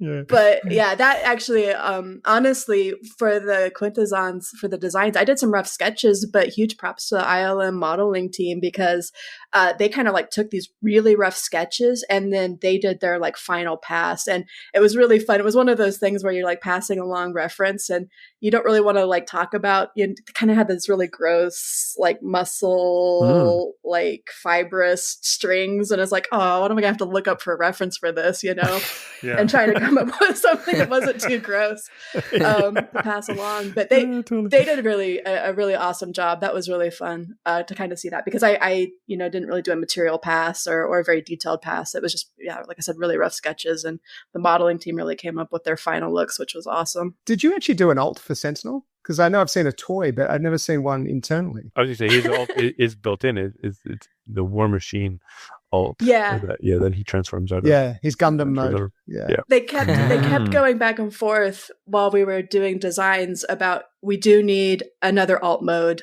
where he turns into a jet or something similar. And then we don't need it. And then we do need it. Right. We don't need it. And so I kind of had it on a back burner. His wings were obviously going to be the wings of the jet. Because I had it kind of in my head, but never had to design it. So we didn't really need it. And then Hasbro came up with the actual jet mode of him. But he did need that War Machine, where he expands out, all of his panels expand out. And he gets all of like the millions of missile launchers, the Macross missiles, which I kind of like. I like that he doesn't have like a high guard jet mode. That he's kind of a prime, but not really. Spoiler. So he's got something that's different and sets him apart. And whether it be him being the head of Iacon, that just sort of seemed to fit his character. It does work. It was funny actually, because someone asked me online that I got talking with someone, and they were like, "Does Sentinel actually transform in this movie?" And I was like, he must do, right? Like, no, surely. There's just one of those where you suddenly start thinking about it. And the best I could remember, I think this was after the second time we'd seen it and we were able to talk about it. And I was like, I really feel like it was someone else that had seen it as well. And I was like, because we couldn't rewatch it to confirm. I was like, I feel like maybe he does when they meet the Quintessons, but I'm not 100% sure.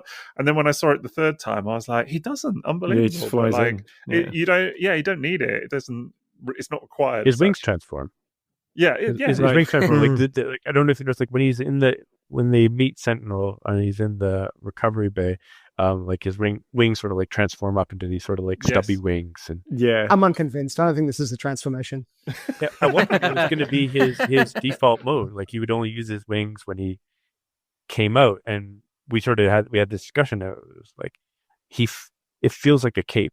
His wings feel regal. Like I think. One of the first explorations we did when the animators in reference put their hands behind their back, and I went, oh yes, like he's this guy that thinks so much of himself. He thinks of himself as a king, and this feels very regal, and the wings feel like an extension of that.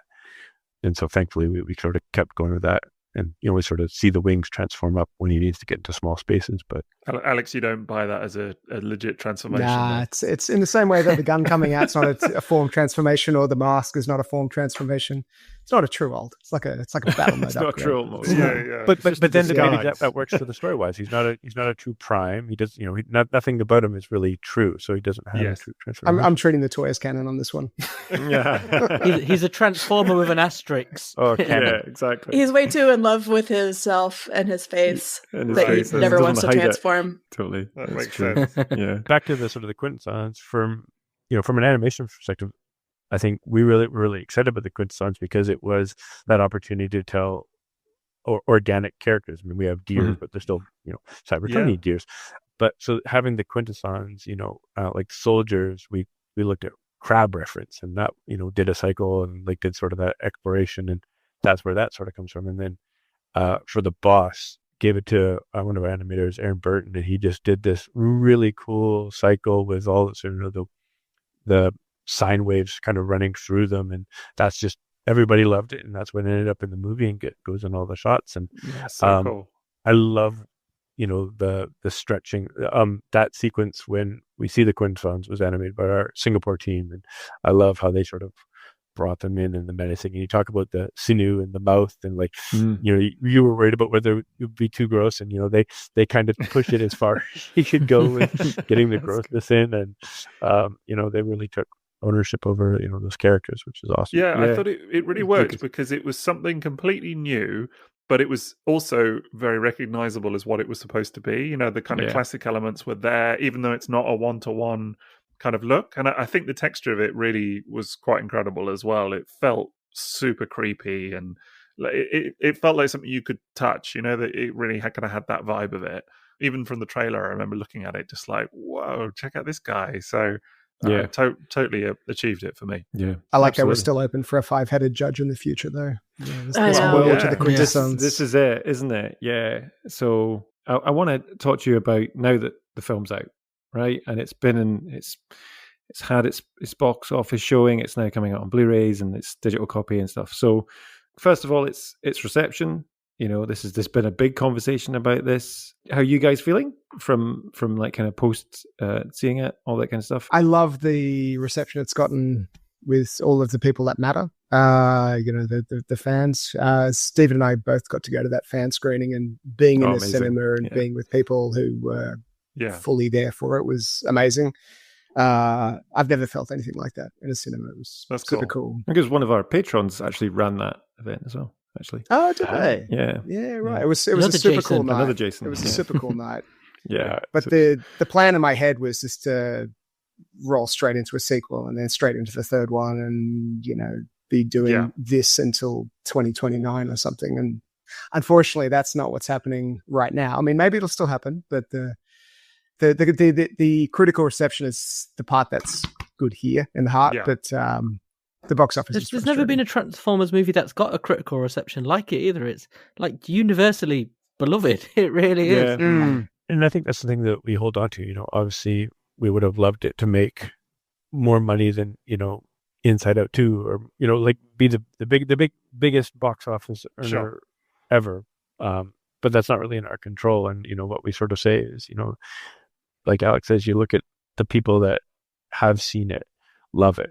And that we've made this movie that it's never going to get erased, and it will find its audience at some point. Yes, whether it's, and I think that's somewhat great about the modern world and the streaming world that we live in, is that it will find its audience potentially sooner. Like for obviously selfish reasons, we hope that it gets nominated for a bunch of awards. But I think if it does, it gets that only increases the awareness and allows more people who maybe didn't know about it, didn't have time to watch it, whatever, to make time out of their day to go find it out. And then, it'll have its run on Paramount Plus and the other streamers, and it's there for people. And so I think, I'm never going to say never to the sequels. Like I'm hopeful that it all happens. From everything that I've heard from Josh and Jason, it sounds pretty epic. And so we hope for that.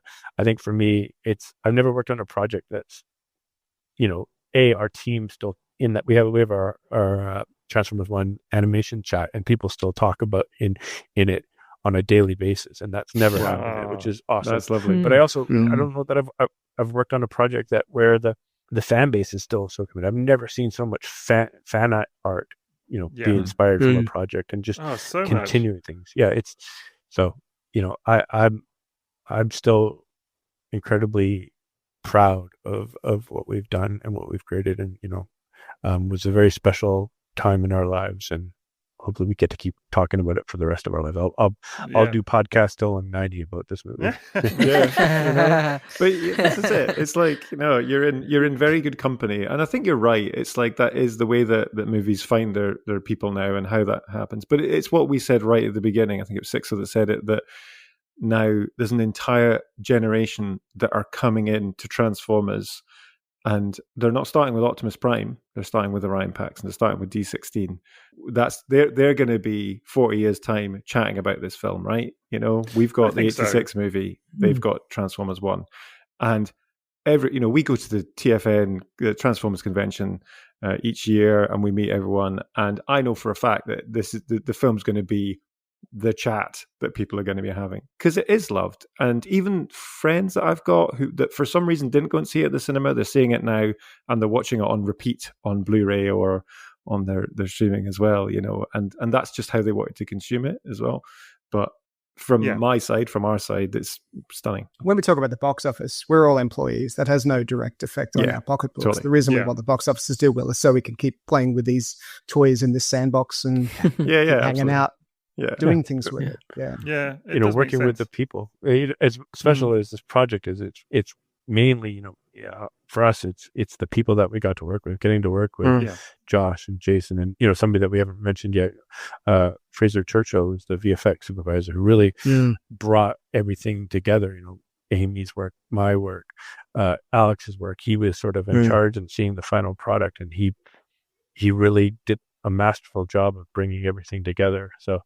And letting everyone breathe within that process. He had his own vision, and he also allowed everyone to kind of bring their feelings and thoughts to it as well. It was really cool. It sounds like a masterclass in production, to be completely honest, and just like bringing a film together like that. And it's the perfect storm, isn't it? As well, it's like all the really good people. If ever there was a film that needed a sequel just purely based on good vibes alone from people within the production, then it would be this one.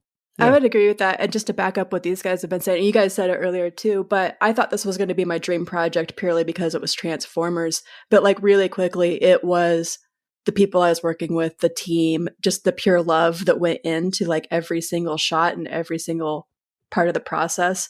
Like, so talking about like how you feel about the reception, to me, like I am in love with this project. I think I will always be in love with this project for all of the reasons, but it just means a lot to me that people can pick up on that when they watch the movie and they can see it, and that the fans themselves feel the same way, that they love the film when they see it.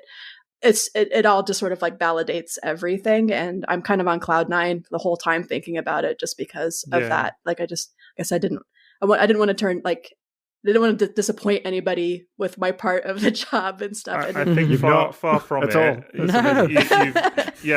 What it has done is unified, and I don't say this lightly because I know I joked about it earlier. But one thing about any fandom, but Transformers is not, an exception to that, is that there is often a lot of disagreement about anything in any way new. Any new part. It happened from the days of people fear change. Well, exactly. Yes. Yeah. Ironic for our fandom, but yeah. I know. It's in the news. We're Transformers fans, but we really hate change. But it was true from like Beast Wars onwards. In the 90s, that it was like the G1 fans hated Beast Wars, and then Beast Wars fans hated what came after, and then those fans hated the next thing. And the weird thing is that it all comes good eventually. People kind of see the benefit in hindsight. But I think the one thing about this film is that the first trailer didn't win everybody over, but the film itself, by the time we got there, I think pretty much everybody, not 100% of people, but certainly 98, 99% of people that I've spoken to are like, this is amazing. Not just like it's good, but it's like legitimately amazing. So I think that it is incredible, really, in terms of a fandom response, certainly. I'm sure you guys have all seen that book, Transformers: A Visual History, that big coffee table book. Yep, I have it. Yeah. So you look through that, and because the property's been around for 40 years, there's so many different styles and different takes on the characters in there, and they're all of their time. The early box art is all kind of van art. The guys who were doing that would have been doing heavy metal van side art, and then there's the peak 90s CG stuff, and then the hyper realism of the Bay era. But because every bit's been able to kind of move around a little bit, it's become this kind of creative playground where everyone can exercise a bit more. Unlike, say, the other major property that ILM has a relationship with, they've been much more controlled with what that thing looks like and what those characters are like and what counts as continuity in canon. This has been a much looser area that you can play around with. People don't get too precious about it. And I'm just so glad that this thing can now sit within that larger canon of creative output that's represented in that book, because there's so much cool stuff in there. Yeah, totally. Transformers is really unique like that, I think. Like a lot of the franchises from the 80s have, whenever they've tried to come back, it's been the same sort of thing again, and they've never quite had the same hook. Whereas Transformers has changed pretty fast with like Beast Wars, and it kind of set a tone that for different generations, and it's enabled it to get its hooks in over the years. Whereas other stuff hasn't had that same sort of ability. And if you disappear for 30 years and then try and come back, you're sort of too attached to the original thing. But if you keep riffing on it the whole time. And I think that's why Transformers 1 works, is when you see it, it doesn't look like something, it doesn't look strange. It's like, this is exactly what a Transformers film would look like, because every Transformers film, every franchise looks different. So it instantly just looks authentic. It's not like if sometimes when they bring a new He-Man out, you're like, what's this? This doesn't look like that same old guy in his pants. Where's that guy? It doesn't have furry pants. The new He-Man was great, by the way. But this is so Transformers, you're so used to seeing it, transform, as you said earlier, aren't you? So it's like, it always looks authentic. And I think that's the thing about Transformers. When you sat down straight away and you're like, this is the world I know. It looks a bit different, but it's still that same world, and you buy into it straight away. There. The major silhouettes are still there. Definitely. Yeah, that so many of these characters are mostly defined by a couple of blocky shapes in a particular color scheme, and that's enough to identify them. You can riff on that through so many art styles and still have the character come through. Yeah. And I think as well, from a little person's perspective, I mean, I know I mentioned it earlier, but, taking my son to see this, and he's only 7, and he loves Transformers, but he's seen many different iterations. I mean, he's watched all of like Transformers Animated, which he really likes, and various different bits. And, I've shown him stuff. He likes some more than others, it's fair to say, but the bits he loves. And he watched this, and I think 2 things really struck me. One, I didn't tell him who D16 was. He just watched it cold, and coming out, he was quite shocked, I think. Do you know what I mean? Of this kind of like, it was a sort of different way to sort of see it through his lens, if you like, of D16 turning into Megatron. But 2, I know I referenced it earlier with like the 86 movie, but I think, bits like the bit with Optimus or Orion getting shot, things like that, are of that same level of impact, I think, for little kids in that way. I think it will carry that weight, and it will have that sort of infamy almost of like, oh man, remember that scene? I mean, you could hear a pin drop every time I saw that scene in the cinema, and I really think it's going to be quite influential in that way. They did such a good job with the sound design too, just breaking it down once that moment happens to give the cinema room to kind of it could have been super bombastic, but this is this drop. It's such an amazing sequence. I've seen it. I mean, it's been shared online, obviously, multiple times since. People on social media or what have you are like obsessed with this scene now. But I genuinely think it's going to go down as like one of the best bits of Transformers, visual fiction or whatever in the last 40 years. It's new it's iconography, incredible. like the 86 movie Jump. This is like that but now, and it's fantastic. That kind of new iconography. That's what we need. I'm just getting used to watching it with the new music, because up until the last minute, that whole thing was scored with a track from Interstellar, which was which was a tough one to replace because it's such a good track. But they did a great job with what they finally put in there. But you get used to singing over 18 months with one track, and then suddenly it switches at the last minute. Is there a deleted scene with Matthew McConaughey stuck behind a wall somewhere, tapping away? I have seen someone online do a version since with Madonna's "Like a Prayer," which was quite fun. That was quite fun. Well, it's interesting because the internet online, everybody refers to that as the fall, because I think that's because of the score, and when we were doing it, it was called Fate. That's the sequence title that we had. So I would often refer to it as FAT because it was often FAT in our simplified naming schema. Wow, we're breaking down our code names. Exactly. That's good stuff. But Alex mentioned the animators really thinking into it, that their teeth into it, like the moment of like D16 where he lets go. It's something where we shot our animator Mariah Tomnews. She shot a bunch of reference, and we, even before like we did blocking passes, we sent Josh and like, is this the right tone? We want to hit. This is like one of the most important moments of the movie.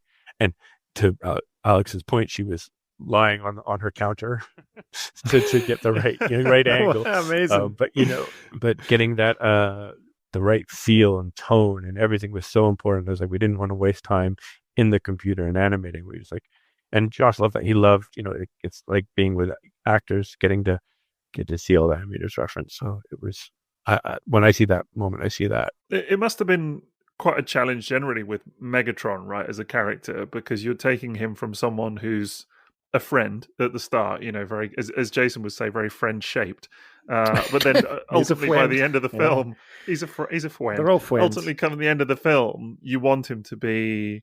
You want him to, even if you sort of been on his journey, you want him to feel like the bad guy, don't you? You want him to look and feel and move. Maniacal. Yeah, exactly. Yeah. You want to understand him as the classic Megatron in that way also, even if you've sort of gone on the journey with him a little bit. And I guess from everything from a character design, from an animations perspective as well, the way he moves, that kind of stuff, that must have been quite a challenge, I guess. Well, definitely. I mean, for animation, it was something we keyed on earlier. Like in some ways, his journey is more important than Optimus's or Orion's, to sell the audience, to sell this relationship. Orion's going into sort of his the altruistic hero that we all know and love, and it's an easier leap. It's like how do we tell D16 sort of descent and into becoming Megatron? How do we go from this guy that we're kind of siding with for a lot of it? He's the he's a good guy and a hard worker and all that stuff, and how do we really sell his transition? And we played him bigger and get more imposing, and I think the weight of his realization of being betrayed by Sentinel, we really sort of played into that the heaviness that sort of felt on him in his movements, and helped sell all that. It's something that we sort of built into their relationship. Early on, one of the sequences, when Sentinel comes in and meets the Quintessons, at the end, there's a moment where like Dee's stunned and he's taking it all in, and Orion sort of gives him a little like friendly punch on the shoulder, and that was a sort of an aha moment for us, because we were like, oh, that's their friendship language, their love language, if you will. Like, that's how, some people high five and all that stuff, but it's a great juxtaposition to, the fact that as we know them, and for the rest of history after this movie, they're going to be throwing fists at each other and fighting each other. And so, the fist, that's why you see the fist bumps and that sort of camaraderie level. That was something that Josh really embraced when we were discussing it. Yeah. To tell their story and descent of D16. Character design wise, I just want to call out, this was Josh's idea, and I thought it was really brilliant, really early on. He wanted to make sure that, Orion and D16 had the same shape language and the same silhouette when they were friends and as minors, because he kind of felt like best friends like to dress alike and act alike, and he wanted that to come across visually. And how like Megatron, we all think about the toys and the cartoon, he's a lot of square shapes, but that meant kind of starting with a lot of round shapes, and then as he gets his T-cog, then we went into more squared off shapes, like we know he needs to be. But then when he goes full-blown Megatron, actually made a really conscious decision to add in a lot of angles, like really aggressive angles and sharp points, because that's when he's at his most aggressive. And so a lot of that was really conscious. And we also wanted to make sure that his visually he evolved as much as his character evolved. So out of all of the characters we designed, his goes through the most contrast from beginning to end, as far as like what we're trying to use visually. Yeah, it really works. It's kind of like the physical manifestation of what he's going through. I think that the bit that, there's a few bits in the film where you can hear the audience, that. And I think one was definitely where the fusion cannon just kind of erupts out of his arm, and that kind of stuff was just so cool, because it was like you really felt the weight of that moment, just the way the design, but also the way it was portrayed and animated, everything. It was just incredible. Yeah, that 3-up that you did, Amy, with the characters lined up, or the 3 versions of Megatron, I love that one, because you could get a proper sense of the scale between them, and spot the difference. Yeah, the way the shoulder pads evolve. Poster, please. We want a poster of that. That sounds like a perfect. I love that idea. Put it on Etsy. I'm sure ILM won't mind. No, nobody's gonna mind. Those are one of my favorite posters, are the ones with them in the cave and like the shadow of Optimus and Megatron in the background. Totally. Yeah, I was wanting to get an idea of from each of you, and Stephen, we'll come to you first. Actually, if you don't mind. Your if you can choose one, but your kind of proudest moment in Transformers 1. Ooh, selfishly, so I've got two. Selfishly, I got to animate Jazz. So I took I took the shot where I didn't animate a lot because it was a very big film, but I took the shot where RC and Jazz get their cogs, and nice.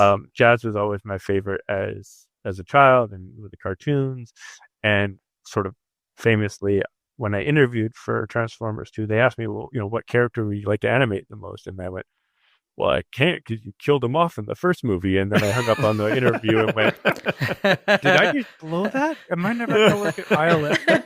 And thankfully, 16 years later, I'm still getting to animate, characters that I love. But I got to animate Jazz. So selfishly, there's that. But I think the most proud that I am is just sort of seeing the evolution of the team, and like how much they grew and like took ownership, like we said, of the work, and just it's a very proud, for me as a supervisor, it sort of transitions from the work that I do to the work that everybody else does. And when seeing moments where, like, one of the first sequences you did, and you see the like them slam against, they're running from the beam of the Quintessons ship and they slam against the wall, and the producer Aaron Dem was like, that's our Orions, that's awesome. And like, seeing the sort of reactions to the first passes or the work that the team has done was really special for me. That's cool. That's so That's cool. really good. Yeah. I don't know if you've seen online, but that Jazz moment with the doors, the door wings and everything kind of coming out has created a lot of fan art, specifically just that moment. I don't know if you've seen this, but a lot of people love that moment.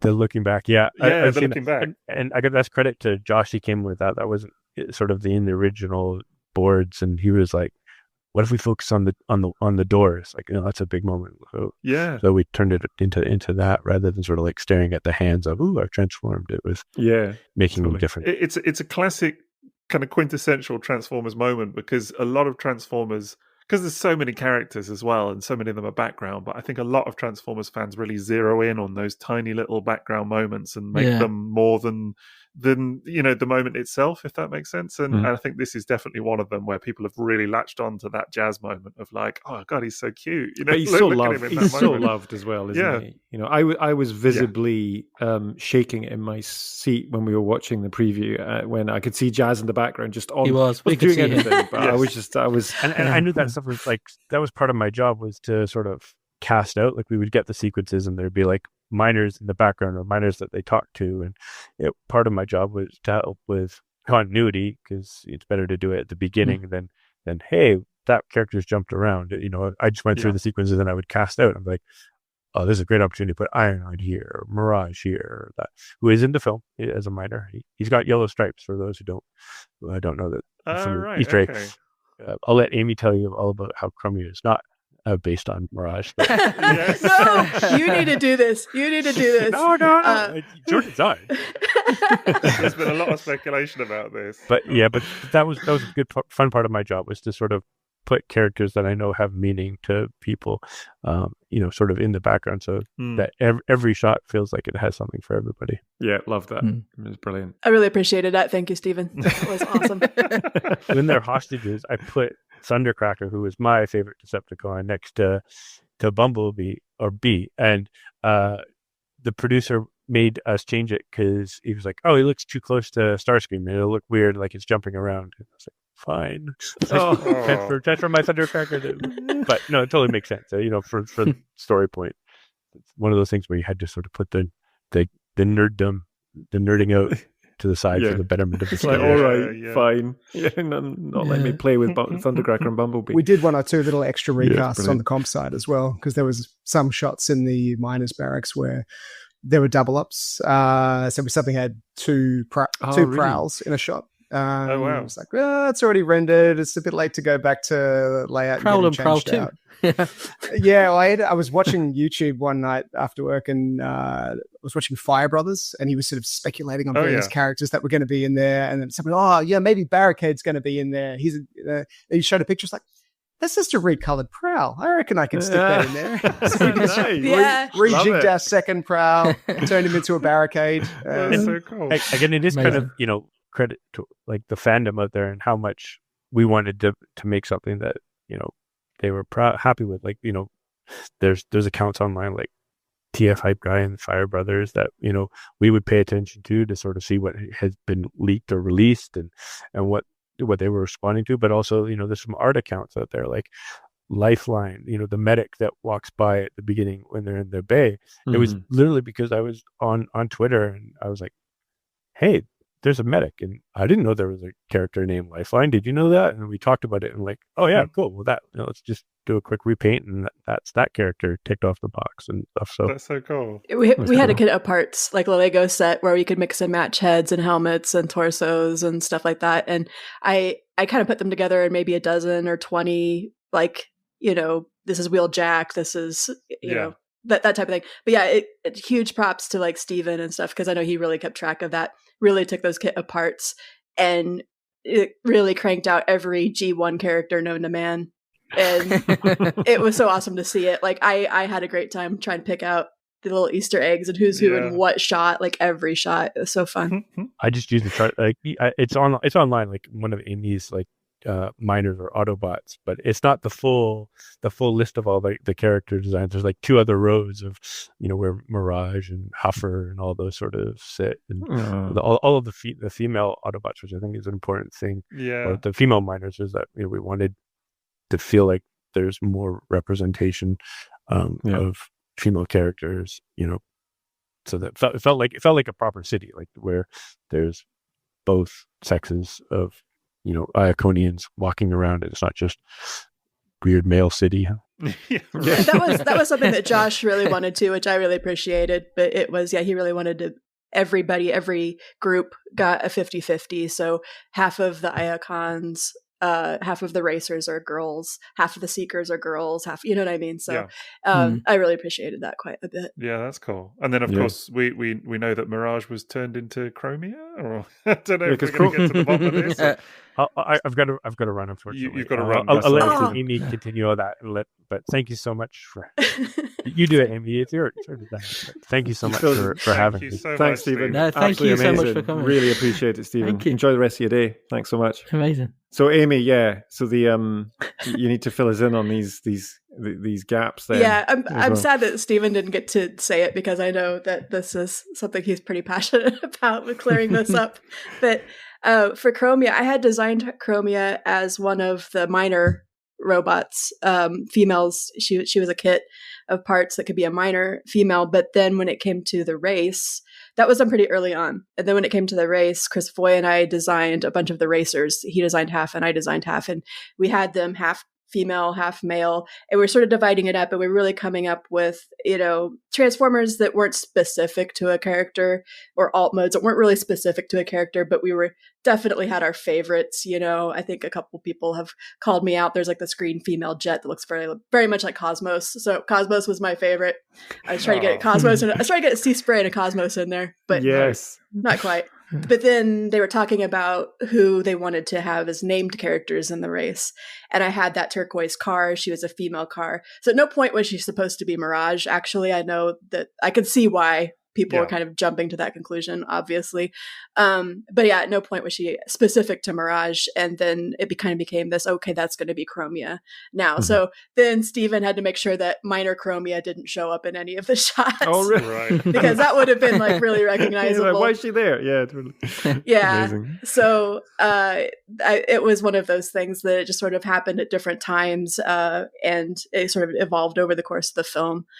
So that's kind of the real answer. I know it's not really exciting. Yeah, no. I think it was interesting because there was a couple of toys as well that were released of Mirage, which fueled the speculation about, was Chromia supposed to be Mirage at one point? And I think that's where that kind of came from, was because people were looking at the renders that were on the box as well of the toys and thinking that bore quite a strong resemblance to what Chromia ended up looking like. And I think the assumption was just that it was a quick swap out, no big deal, just like change this character, which I'm sure it would have been a much bigger deal. But still, it's funny how people kind of make those assumptions. Yeah, no, I could totally see how people got there. Yeah, when you have an information vacuum, hearing people speculate about some of these things, when you know the inside answer is quite interesting, because they're working with just a handful of bits of information and they're trying to piece it together. Definitely. There's a lot of that. It's brilliant. And this will be one of those myths that lives forever, no matter how many times someone confirms it's definitely like that. It will just live forever. Very much so. Amy, what's your proudest moment for Transformers 1? Oh, mine is entirely it's really selfish, and really it makes me sound like a terrible person, but as far as being on the project, on a show, I really can't pick a specific moment. I got to do so many things, cool things with so many cool people. Like I really can't narrow it down to like even like what was my favorite character to design, because I've got like a top 100 there. The really selfish answer is this is the very first time I've had a big screen credit at the end. Oh, that's nobody cool. told me I was going to have my name big on a. Nobody told me. Right. And the first time I saw it, it was at they were showing it at ILM, and Josh Cooley was there. And we didn't watch the whole movie because we were going to do a panel afterwards. So we were actually waiting outside while they watched the whole movie. And then they brought Josh and I inside just in time to see the credits. And like I said, nobody had warned me, and I saw it, and I started ugly crying immediately. Like I was like sobbing out loud. I wasn't expecting it, but just to have that sort of, that's another reason why it just made it such a cool project for me to sort of like have that. And I know, but poor Josh was like right there, and he's like trying to pat me on the shoulder, and it didn't. But I mean, it was happy crying, so I didn't, I got over it pretty quickly. Yeah. But that meant so much to me, and that was definitely the proudest. Getting a credit is one thing, but getting a main on end credit, that means you've made it. That's cool. That's and the for real something thing. that you've something that I really loved working on, like it was just like the icing on the cake, for sure. It's well deserved. That is what you've created for the film. That is amazing, and it's obvious that and even before we started talking, right, when we were all chatting, and when Jason had mentioned actually, but you've got an obvious love of Transformers and the toy line in itself, and then what you've created for the characters, that comes across, and it is it's very well deserved. Absolutely. It's not selfish at all. Yeah. Shout and scream about how awesome you are. That's what I say. Completely agree. Yeah, it's brilliant. Alex, what about you? What's your proudest moment? This one actually is quite a small and silly one, but it's the Megatron tear thing. It was this tiny little detail. It was very late in the game that we were working on that sequence. And I always loved that shot in the original film, where he's got the ambiguous tears, oil leaking, whatever the hell it is. It's not entirely obvious one way or the other, but I just always loved that image and thought, wouldn't it be kind of fun if we stuck that in there? And it was far too late to kind of go back to surfacing or anything, so we just came up with a little quick comp solution to track it in there, and did a little side-by-side image and pitched it to Josh in review when he was out there one day and said, well, what about this? And we had a bit of a chat in the theater about, are they tears? Is it sweat? It was slightly ambiguous. We sort of, I think at the time we kind of steered away from them being tears because that sort of had all these other emotional implications. So, no, it's battle sweat. Yeah. But I'm so glad to see the way it's been received, and that people do interpret them as tears. I think it is much cooler if they're tears. And it does seem to layer all of this extra stuff in there. But it was this fun little throwaway thing that happened very late in the game. It's a super cool nod, and it's also it works, I think, because it's not immediately obvious. It's not the kind of thing. What it was like a month or two before anyone saw it, which is very subtle. I think, and I think that's good, because I think sometimes with those kinds of nods in these kinds of films, if it's so obvious that it beats you in the face, then it's a bit kind of like, okay, do you know what I mean? Like, we get it. But this a lot of the references in Transformers 1 work because they're not like that. They're just that bit more subtle, I remember, I think I said to these guys that, I think back in 2007, it worked to have the characters being all, one shall stand, one shall fall, and like doing the full speech or whatever. because it was, you'd not seen that kind of referenced in that way before. But I feel like if you did that now, it would be a bit OTT. Whereas actually the references that, like, exactly like the tears, it just works perfectly. And the fact that it took a while to spot is cool. There was debate. There were plenty of people in those threads that it's like, nah. That's, you're seeing this. It's not real. It must be so weird to like sit sort of reading people speculating about it online and just being like, no, you're right. Do you know what I mean? Yeah. and obviously being part of the larger Disney corporation, we can't say anything. Right. It's gonna be very quiet. Just let it play out. But it's very satisfying to read it. There's a few other little kind of bits we snuck in there. There's a shot where D16's tearing the cog out of Sentinel's chest. Yes. And there's sort of a bunch of electricity and stuff coming up out of it. And that was all hand painted by one of our compers. And I sort of really wanted that to be like that because Nelson Shin, the guy who directed the 86 film, is an ex-ILMer and was an animator. Definitely on A New Hope. He sort of did hand animation for the lightsabers over the top of the Obi-Wan and Darth Vader battle. But I can't confirm this, but I'm told internally he also did the Force lightning in Return of the Jedi, as far as I understand it. And I really wanted to make sure we had some hand animated lightning to just so cool. tie back in there and continue the what a great nod, honestly. Tradition. Yeah. That's so cool. That's well cool. Well, I mean, clearly the passion, as we said, for the film, rings through incredibly so. I mean, obviously the next step we talked about it would be if there is a sequel of any kind. I presume you guys would be up for that, coming back and doing more. Yeah. Look at Amy smile. Immediate. Yeah. Yeah, totally. There's so many more characters I want to see. There's so many more locations I want to see. And seeing Amy's takes on so many other things. Like, I want to see Amy's take on Devastator. I want to see. Right. Oh, heck yeah. No, I'm a big Dinobots fan too. So I would kill for Grimlock. Yeah. Grimlock. Grimlock would be a big check off the box for me for sure. Yeah, definitely. It doesn't make any sense, but I'd love to see Galvatron time traveling in his original toy colors back to our universe for some reason. Yeah, why not? Yeah, it doesn't make any sense, but why the hell not? That's it. Just write it in. Yeah, I mean, are there things that you would love to get in there ultimately, or can you really not say in terms of like where a sequel would go? They're like ideas, or just like, I don't know, real fan stuff that you'd just be like, that would be cool to see. I just want to see more repaints. Like, even if it's not part of a movie, I want to see our characters with different paint schemes. I want to see our Megatron in G2 colors, or wow, nice. Our Soundwave in Shattered Glass colors, or other headband, other takes like that. That's a good shot. Exactly. Yeah. Yeah, I have no idea what a sequel would look like. I have no idea what it would be or anything like that, obviously. But like just off the top, fangirling. Like I said, Dinobots. But I mean, I missed out on. I'd like to see like Ravage and Laserbeak, and cool. I want to see Soundwave get some of his little buddies in there. So yeah, that would be cool. Yeah, they're conspicuously absent, I guess, in this, aren't they?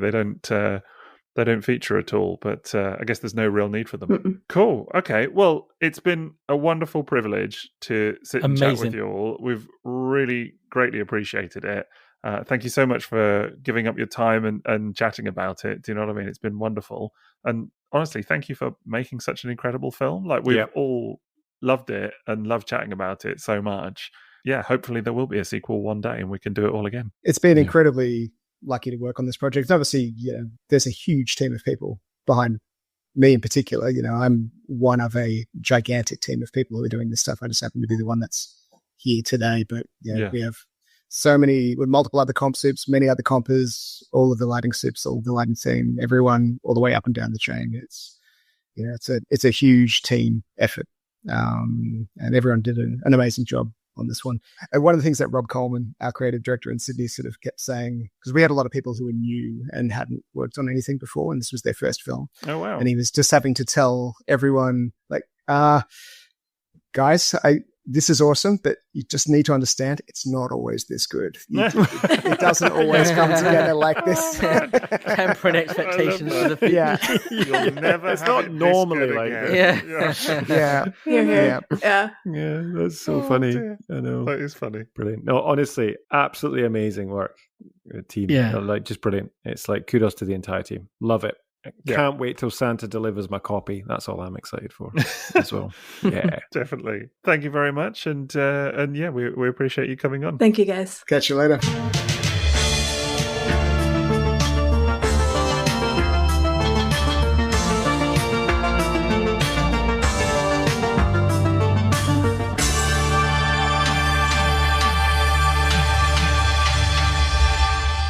So that was a bit good, wasn't it? That was amazing.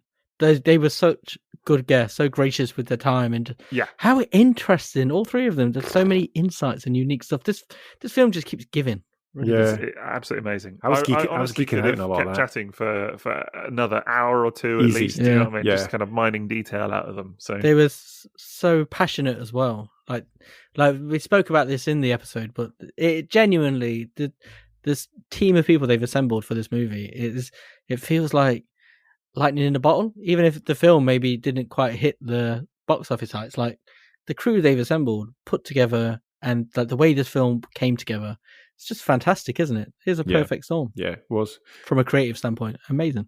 Well, that was it. It was the insights that they gave us as well. I was fascinated by what Stephen was saying to the fact that it was one model that they used for character and alt mode, and just what that means for as I was saying when we were chatting to him about as an animator and being able to kind of work with that. And that's so difficult to do, to rig a character, to make it work just as a normal kind of bipedal character, but then you'll do that and for transforming as well. Just brilliant. And I think his love and passion for what she was doing. It's just genuine joy, you know.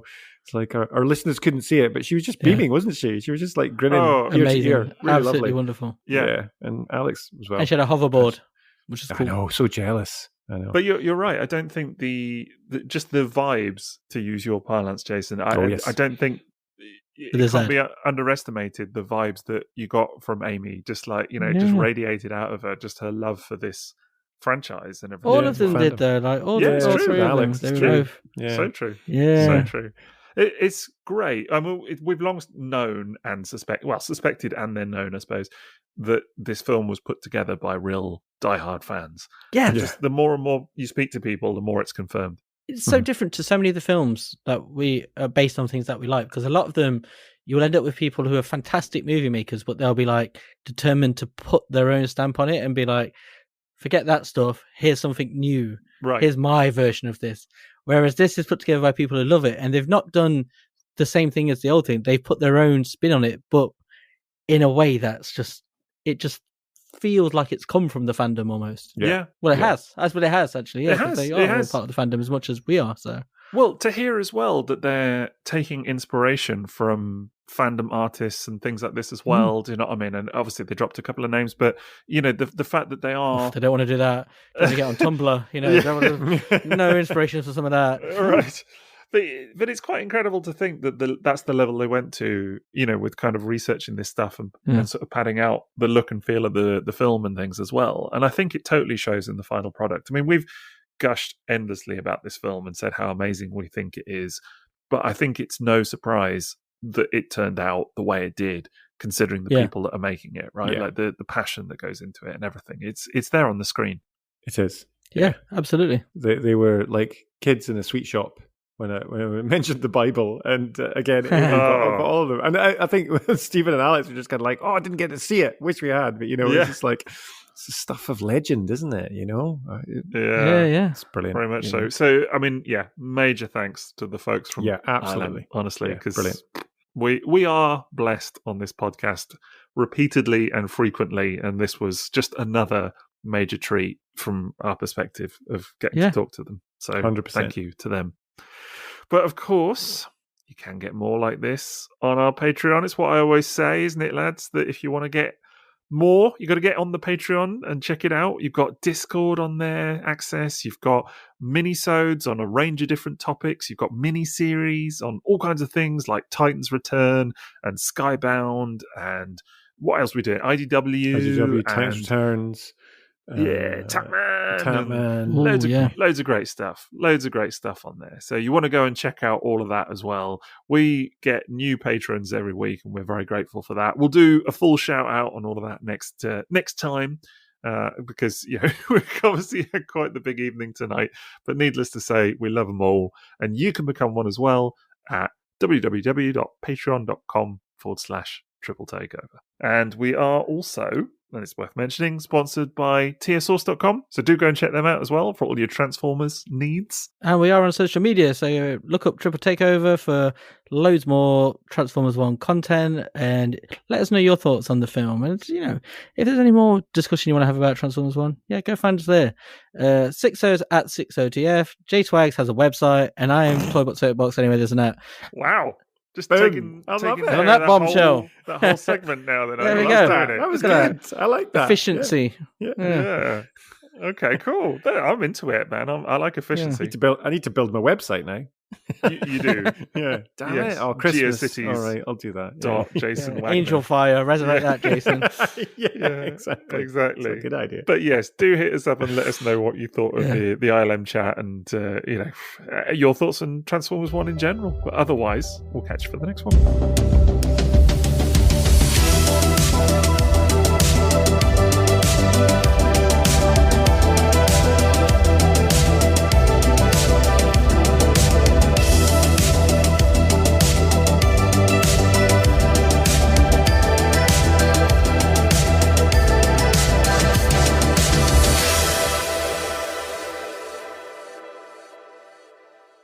This doesn't look like that same old guy in his pants. Where's that guy?